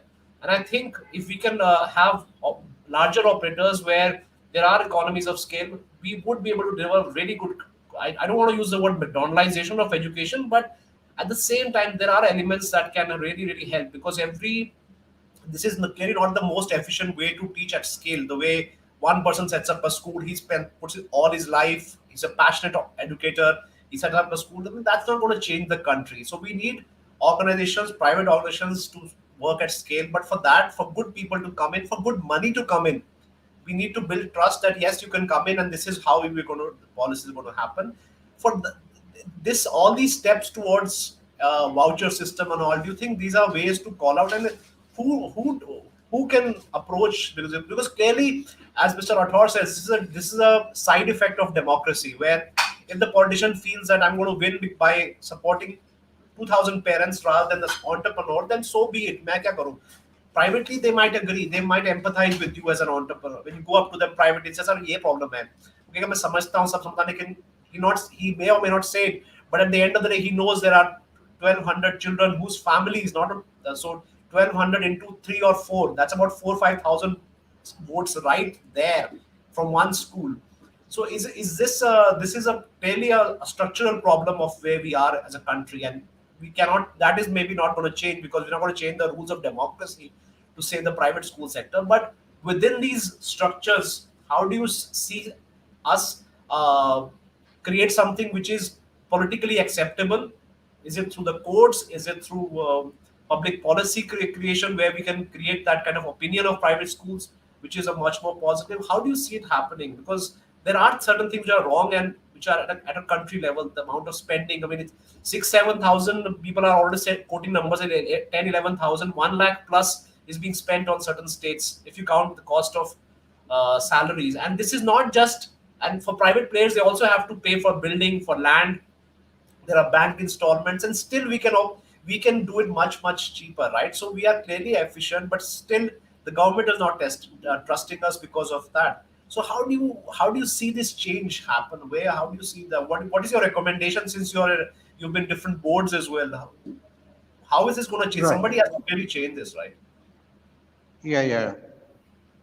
So, it's a very important question. So I want to first of all compliment you for flagging this such an important question. So see, and I want to compliment, some of the others in this group who've educated me on the fact that the government is spending $6,000 per month. I think that's a huge number. So thank you for sort of flagging that, Mr. Agarwal. And I think we've had a great discussion. See, my sense, and it's only a sense based on my experiences, that we have to adopt a multi-pronged approach.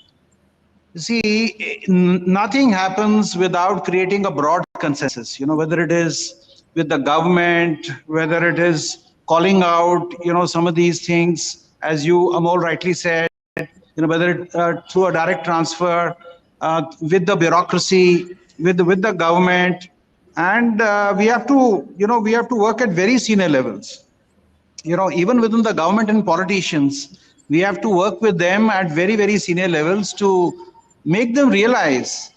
I mean, today, all the top business houses, if you look at all the tops, very, very mature business houses, whether it is the Tatas where I worked, or some of the other groups. If you go to their strategy meetings, and I've sat in some of them, they're not interested in the education sector because it's too complex.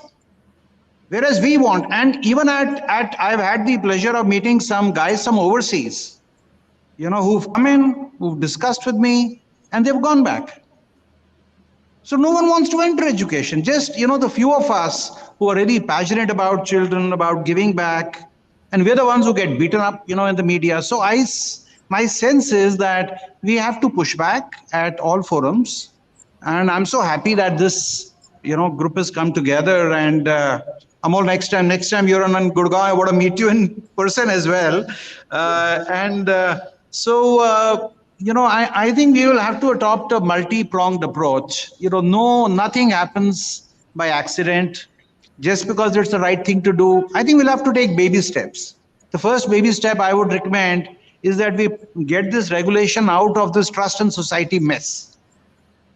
So why should only trust and societies, set up companies, set up schools and colleges? Because unless this is fixed, who's going to move into, middle education, skill development, college education? So this, because of this, we are all aware how the sector actually manages with great difficulty with trust in societies.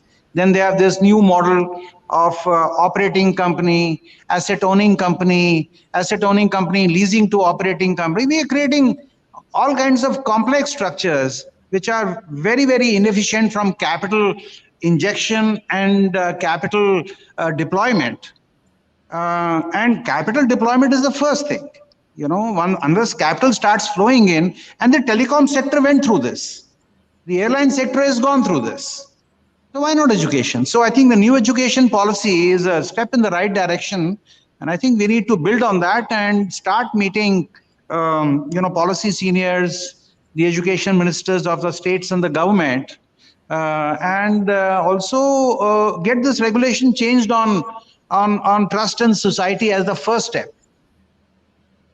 But isn't that politically a landmine for a politician? And of course, something this has to be at the central level. No state is going to go off a tangent and say, I'm going to allow this, unless everybody does that. So isn't there, because it can be done quietly at the CBSE, ICSE level amongst a slew of other reforms as a part of NEP.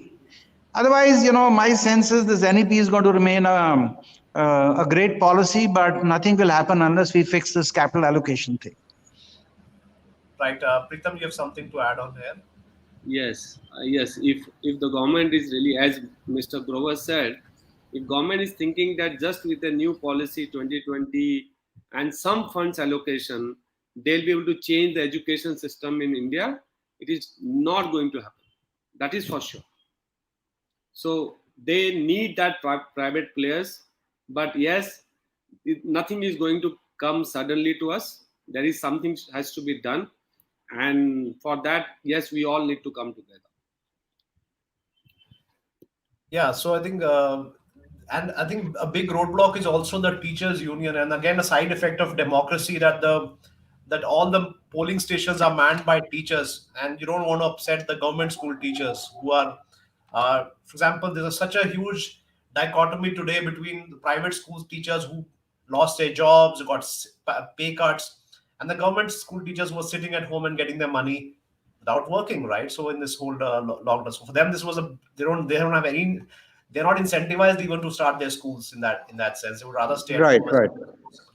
So there's clearly a thing that's happening where there's the government school teachers are a huge impact. So these are all impacts of democracy, of how do you package this in. So they said, "Baba, we could do this privately," and said we could tell the government. And see, at the senior most levels, even in CBSE and all, they appreciate what the passion that the private school operators bring when they visit the private schools and when they visit a government school. I'm sure even if they don't say it, they'll notice the difference, as Mr. Rathod was also saying. I mean, the school doesn't have a Right. principal. He happened to see the school, the CBSE people go every day to do these things, right? So clearly they see that role, but to admit it in public and say these guys are doing a really good job, I think that's not happening right now. And that's where what scares a politician is, what is the opposition going to take advantage of this? So it clearly has to be something which is politically acceptable only. Otherwise, it'll get brushed through. So do you see something like an SCZ kind of zone started? Should we propose for something where let's try it out? Then again, the question is who is eligible? How do you know somebody has a philanthropic spin to their capital? Otherwise, or who is just trying to enter once there? Because as I've been saying since beginning, that monopoly thing is the biggest roadblock, and that's why the airlines and schools cannot be compared, because the monopoly you create as a school in your local area, it's clearly you can't be just wished away. If you have a piece of land in Delhi today, there's no doubt whether your school will not run, because there is such a limited supply of schools today Yeah, in yeah, Delhi. yeah. So it's almost like it's a 100% success kind of a investment. So Sure. that monopolistic thing is a roadblock that I feel, where we cannot just go and say, "Oh, you've done it with the in Air India. Why don't you do it with this sector as well?" And so that is where so if for example you mentioned Gurgaon, there are schools in Gurgaon with 2,000, 3,000 children now. You can't just expect that school to, if they try to fleece parents, 3,000 parents are not going to shift their residence.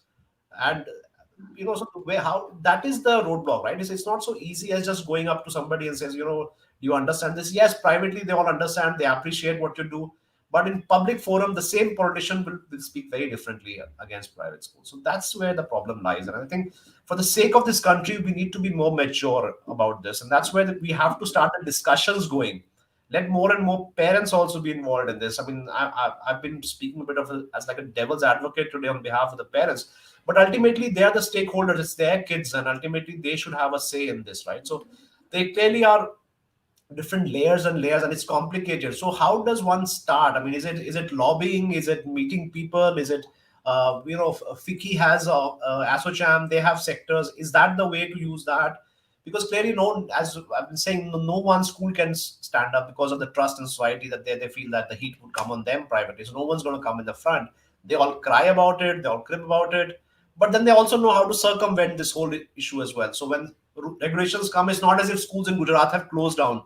They've just found a way out, I'm sure. That's what Indians are famous for. That's what we do very well. So, and that's what you said, that those regulations are not going to control it. So how do we change this? And I'm still struggling with this because of the layers of complexity, and it's a political problem as well. It's not just an educational problem. We know how to run our schools. We know how to do a good job. And Mr. Rathore said this, that right at the beginning, that we are already NEP compliant. Most schools have already been very progressive. And Pritam said, I don't need a document after 34 years to tell me what to do. I've been doing it every day, and we keep innovating.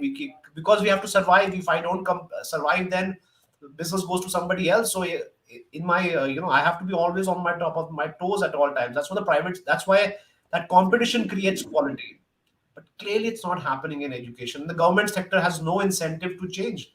And that's where a lot of our resources of my taxpayers' money is getting wasted. So I think, as you said, a multi-pronged approach. What would you? So one I could see is a public relations effort as well. From that, this is what's happening, and we call out, and let's say let the people tell the government as well.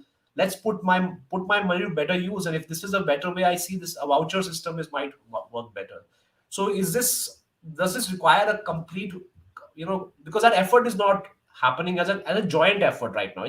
It's where every school starts just say, okay, मेरा फायदा हो गया ना, मैं निकला बस यहाँ से, मैं निकल जाऊँ, मैं फायदा नहीं. So yeah. So see in the IT sector, we created a NASCOM to push back with the government on various things. So, and that worked tremendously, so I was a part of some of those initiatives in the IT sector when I used to work on. I think we need to create a NASSCOM equivalent in the education sector.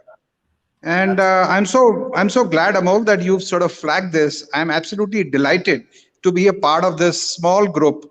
And I want to sort of, since I wear multiple hats, I'm happy to sort of be a part of some association, set up and then join you guys to push and get some other. And some of you guys are actually more senior than me in the education sector. Yeah. So certainly, Amol, you are, and perhaps the other two as well. So, but I mean, I know what is to be done. We have to, push back, and we have to create forums of dialogue like this one. And in this dialogue, हम लोग आपस में बात कर रहे हैं, so which is good. But we have to get the government, and the bureaucrats and this thing, and we have to try and un forums में in smaller groups first, and then larger groups. We have to start pushing back, and no harm involving parents. I think it's perfectly okay, but I think first we do it at the school founder level is what I would recommend. Otherwise, it gets too messy, too political. Right. And everybody then starts off having their own agenda as well. Then everybody's looking at their own agenda and saying, okay, how do I? Then those. Yeah. So I think that's a brilliant idea. Something like a NASSCOM is required, I think, for education. Yeah. So आप अमोल शुरू करो, आप शुरू करो. मैं आपके साथ हूँ, and we will meet and let's bell the cat and get some other decent folks, like these two lovely gentlemen and some other folks around the world to come, around the country at least. Right. Mr. Rathore, you've got something to add? Like to say something? Yeah. So Mr. Bawas, many associations are already in action. FICCI Arise, one of the big platform. But the committee, what the representation of school leaders are there, and we have a national president and the national chairperson, then the regional, then Western UP, Eastern UP, Bengal. Everybody is there. CII I don't know hai what is happening. No voice is raised, I think, in so strong way. Only Mr. Kulbhushan. I'm happy to raise my voice. Only one person is raising voice. I tell you, Mr. Baba, only one person is raising voice nationwide, Mr. Kulbhushan Sharma, जो कि so this every day he is giving one or another representation to state government or central government. So we have to strengthen Kulbhushan, I think. Yeah, so NISA is one of them. Action Committee is there. ASSOCHAM has their own chapters. So it's kind of still it's staggered, and the unfortunate is that gentlemen, my apologies again. I came in late. I'm sorry. I was on a consulting assignment. I have to step out. Is it okay with folded hands? I can request leave. Yes, of course. Sure. Please carry on. Okay. Thank you, gentlemen. It's been so nice talking to you. My apologies for my interruptions and my in and out, but I think you understand sometime that happens. God bless. We will talk more, hopefully soon. Thank you. Thank you, Mr. Grover, for your inputs as well, coming from the industry. I think they were very useful. So I think the problem that we have with, as Mr. Rathore was saying, all these people don't like each other so much, and there's almost a race going on, whereas it's not collaborative. So rather than starting a NASSCOM, I think everybody has to get on one platform, because ultimately the goal is very similar. It's not about kaun achli karta. I think it's about, can we do this together? And I think this is a good opportunity because of NEP, people are thinking on these lines of changing, transforming the school sector. So we need to put in our perspective as well, that this is, if you really want this more implemented at the way you really imagine, is by allowing an environment where more and more good people, good capital comes into this sector, and that is the key. And then of course, let the government schools be there. Let the government schools also be there, because so let there be competition. I think the more choices, ultimately choice is important, as you said, Mr. Rathore, that your parents could choose, and this is what is important: that choice, transparency, and a way to control profiteering through competition. If we can implement get these things, then it doesn't matter whether. And I think honestly, parents don't care whether the school is run by a trust or society. What they care is next year मुझे कितनी fees देनी है, is it okay within reasonable, or are you trying to put in some hidden charges? That is what parents dislike, and that is where the problem starts. So if we can assure somehow, we can assure the public and the governments that this is not going to happen, charges are going to be transparent. I think nobody cares. I mean, that's a secondary thing, as Mr. Baba was saying, that you run your school under trust or society. I don't think school parents care, and there are companies running schools in Haryana, for example, and it's not a I've seen where parents are not making that a factor in their choices. अच्छा वो तो trust वाला school है, तो वो तो charitable. Everybody understands and accepts that it's a project and they need to have it on, as long as what they are saying is what they're going to charge, and that is where the problem is. I think let's hope that discussions like these happen, so that we can at least get all these already people who have, rather than starting from scratch and creating an edu NASCOM, we look at people who, because they already have connections, they've already built relationships, there's a lot of knowledge amongst lawyers, amongst school leaders. So it's just that somebody needs to bring it all together and capitalize on this. It's like we are doing an investigation and they have 20, there's IB or RAW is working differently and they're not talking to each other. That's what's happening in the education sector. I think we already have a lot.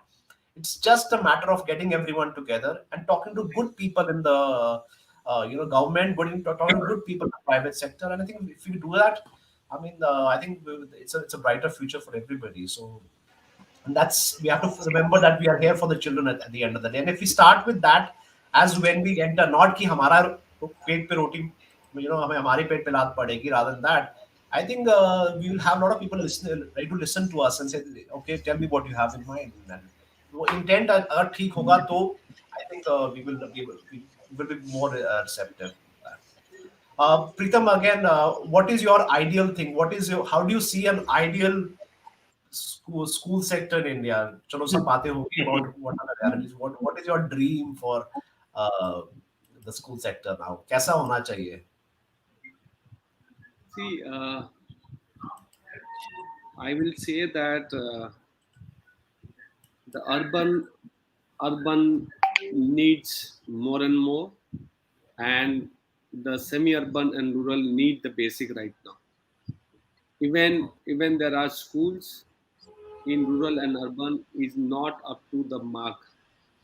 Not up to the mark. Even they are private or I'll say even they are private or they are government. Forget about the government part, right? So there is a tremendous opportunity for us to go and work into these spaces, bring the best possible. Yes, the sector needs that basic right now.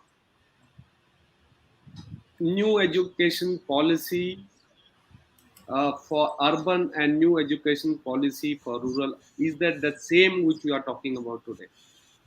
It is the same framework given by the government, but it's not been followed even at the private levels in some parts of India. So by seeing the future, there is a need of that practices to reach to these schools through the government or the private players. Right. I think, Mr. Rathore, what's your?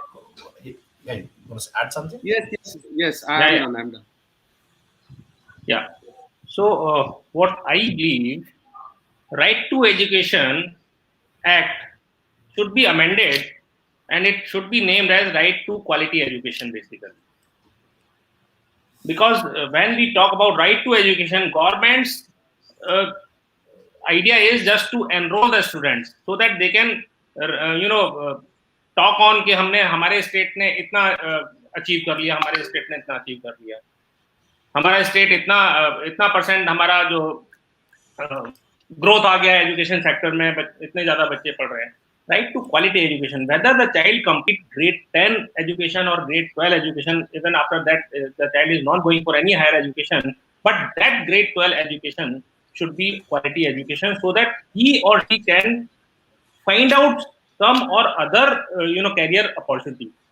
So Right to Education Act should be amended as Right to Quality Education, and whatever document says that need to be implemented in strict, basically.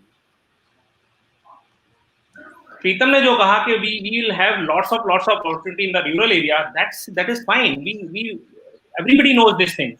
This is nothing new. In semi urban areas and rural areas, you go there and build a school. What we have in cities, you will find a long queue for the admission. But when the fee, paying the fee state comes, nobody is going to pay the fee because they don't have that much of money.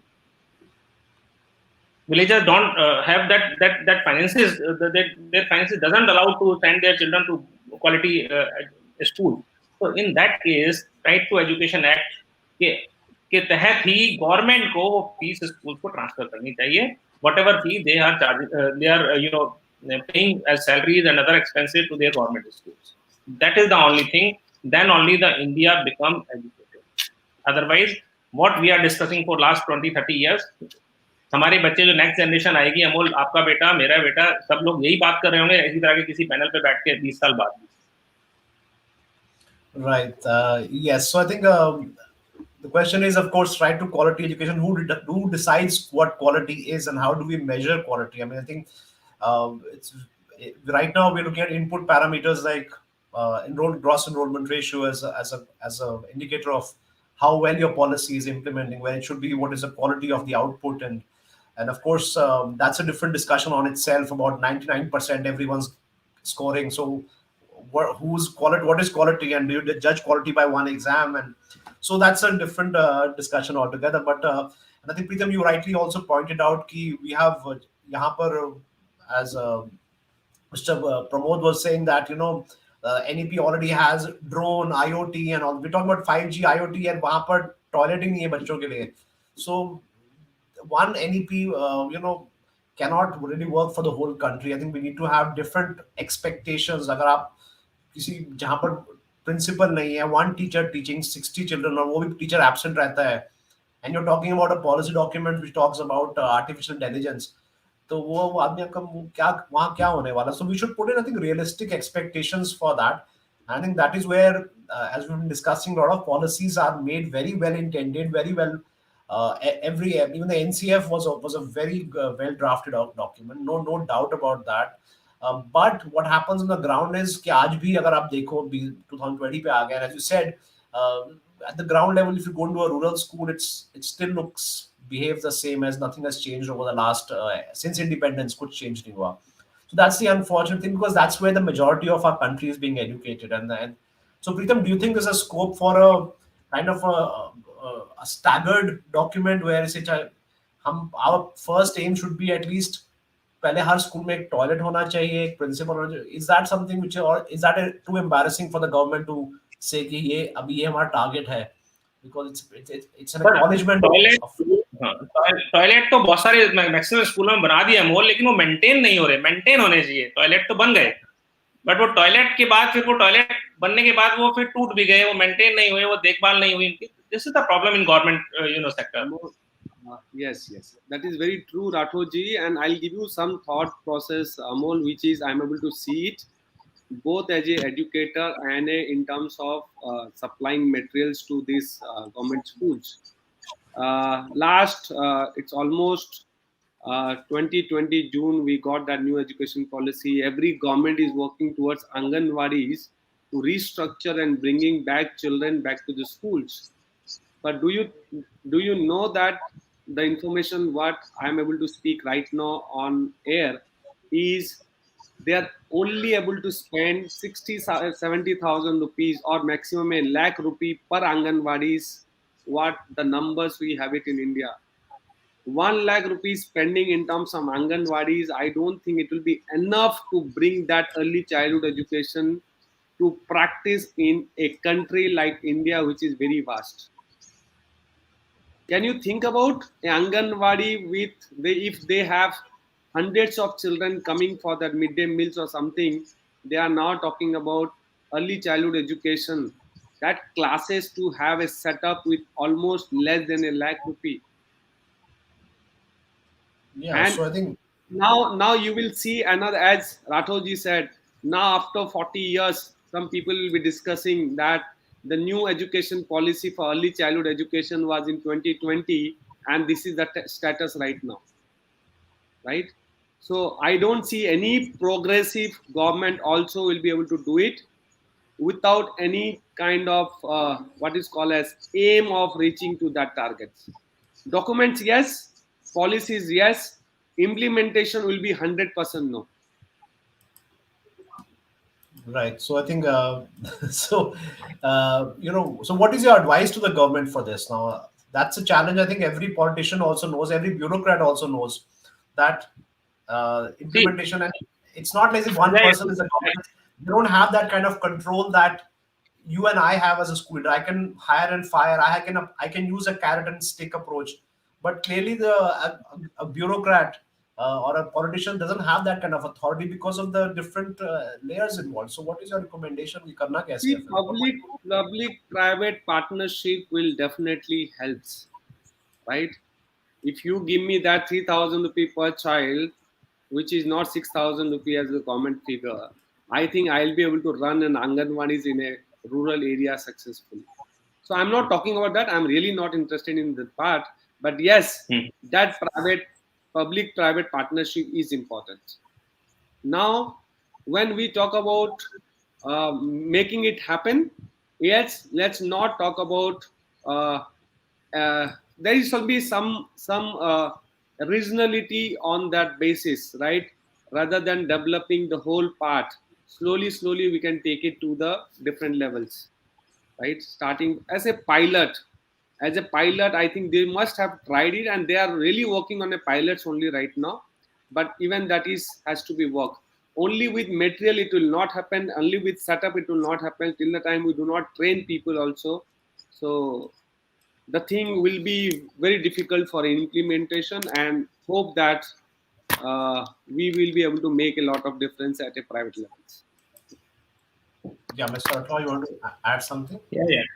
So, what I feel, as the government is into the business of disinvestment, everything, you know, Air India and railways also and everything. So government business should not be to run any business. Business means not make profit. Business means running a school is also a business. So government should also disinvest the education to the private players. Maybe in some chunk of numbers, 5 schools to the one player, 5 schools to another player, and for the 5 years, 10 years, or not so long lease, 5 year, 10 year on the basis of performance, they can renew the lease. So this should be the only way. This could be the only way to improve the education standard in the country. If the government will continue to run the schools after 20 years, as I told you, my son, your son will sit on a panel and they'll discuss whatever we are discussing today. Yes, of course. Again, but then if we have that where after 10 years you can judge my performance, again the question of kickbacks and bribes will come into the people. Unscrupulous elements will get away with this. That is a side effect of democracy. That is a side effect of democracy. I think let's keep the discussions going. And Sudheer, thank you everybody for getting us on a panel like this and giving us ample time. Normally we are in a panel. Yeah. I must appreciate you to give so much of time. Otherwise, most of the panel most of the players give us 30-40 minutes, and we'll have 7-10 people to talk on.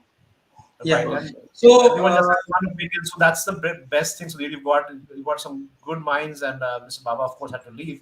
So the discussion was very clear. And I think anyone who's watching this will have a very clear understanding of the real core problems of the private school sector, which nobody addresses. We talk at a superficial level. We can go on and about the NEP, but ultimately this was a discussion very, very practical about what's the ills. And of course, if these things can be worked upon, if we can take these things forward, let this be a starting point. I think it's all about the children of this country. And if we can create a brighter future for this country, I think this is the best investment the private sector and the government can make is in educating our children. I mean, we've always heard this, right? Train a man to fish and he'll be fed for his life, or you give him a fish for a day. So this is the best way, rather than giving people, 1-day subsidies to work. Just train him so where he doesn't need any government subsidy after schooling. He doesn't need higher education as well. If the schooling is so sound, he can make a living for himself. So I think this is where everybody needs to focus on. And thanks IndiGlobal for organizing this and getting government players and private players together, giving them ample time to speak their heart out, and that's been brilliant. I think. So, Sudhir, congratulations on and well done on this effort. Thank you so much, Amol. India Global Education and Skill Summit, as we have mentioned, our tagline: engaging powerful minds and empowering the transformation. So we have the minds, the best of minds that came both from the government and the private sector. And as far as the time concerned, we had a very good discussion, I would say. And a round of applause should be for Amol, though he belongs to that side. He still put on very good questions that were bang on.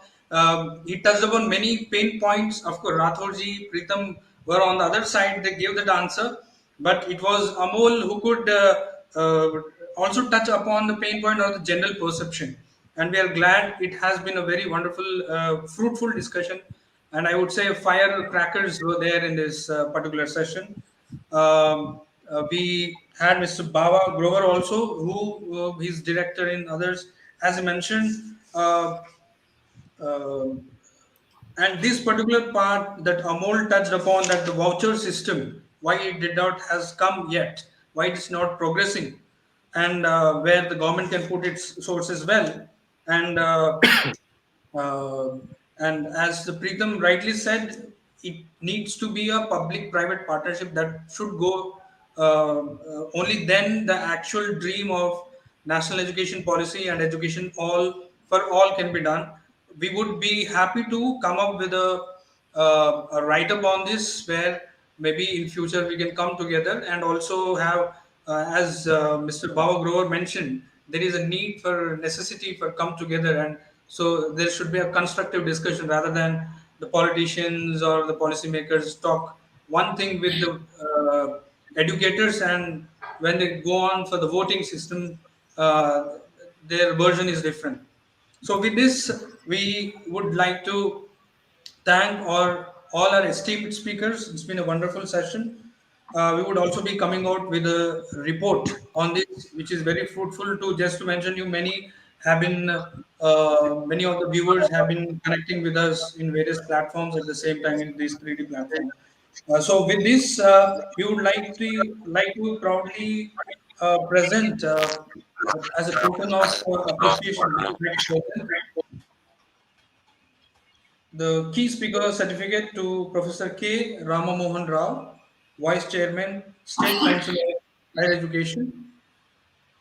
Next, we would like to present our speaker from Chandigarh, Shri Pramod Kumar, State Program Officer, Department of School Education, Govt of Haryana. And we would like to present our speakers who are right now with us, Mr. Amol Arora, Vice Chairman and Managing Director, Shamrock and Shemford School. Thank you. Wonderful moderating this session. Pritam Kumar Agarwal, Founder and CEO, Hello Kids Chain and Preschool and Riverstone School. Also to yet another leader from the education, Dr. S.K. Rathod, Founder, Chairman and MD, Sanford Group of School. And Mr. Baba Grover, Director and Co-Founder, the Sixth Element School from Gurgaon NCR. With this, we would like to thank all the esteemed speakers for joining us and making this fruitful. Thank you very much. Thank you. Thank you, Sudhir. Bye-bye.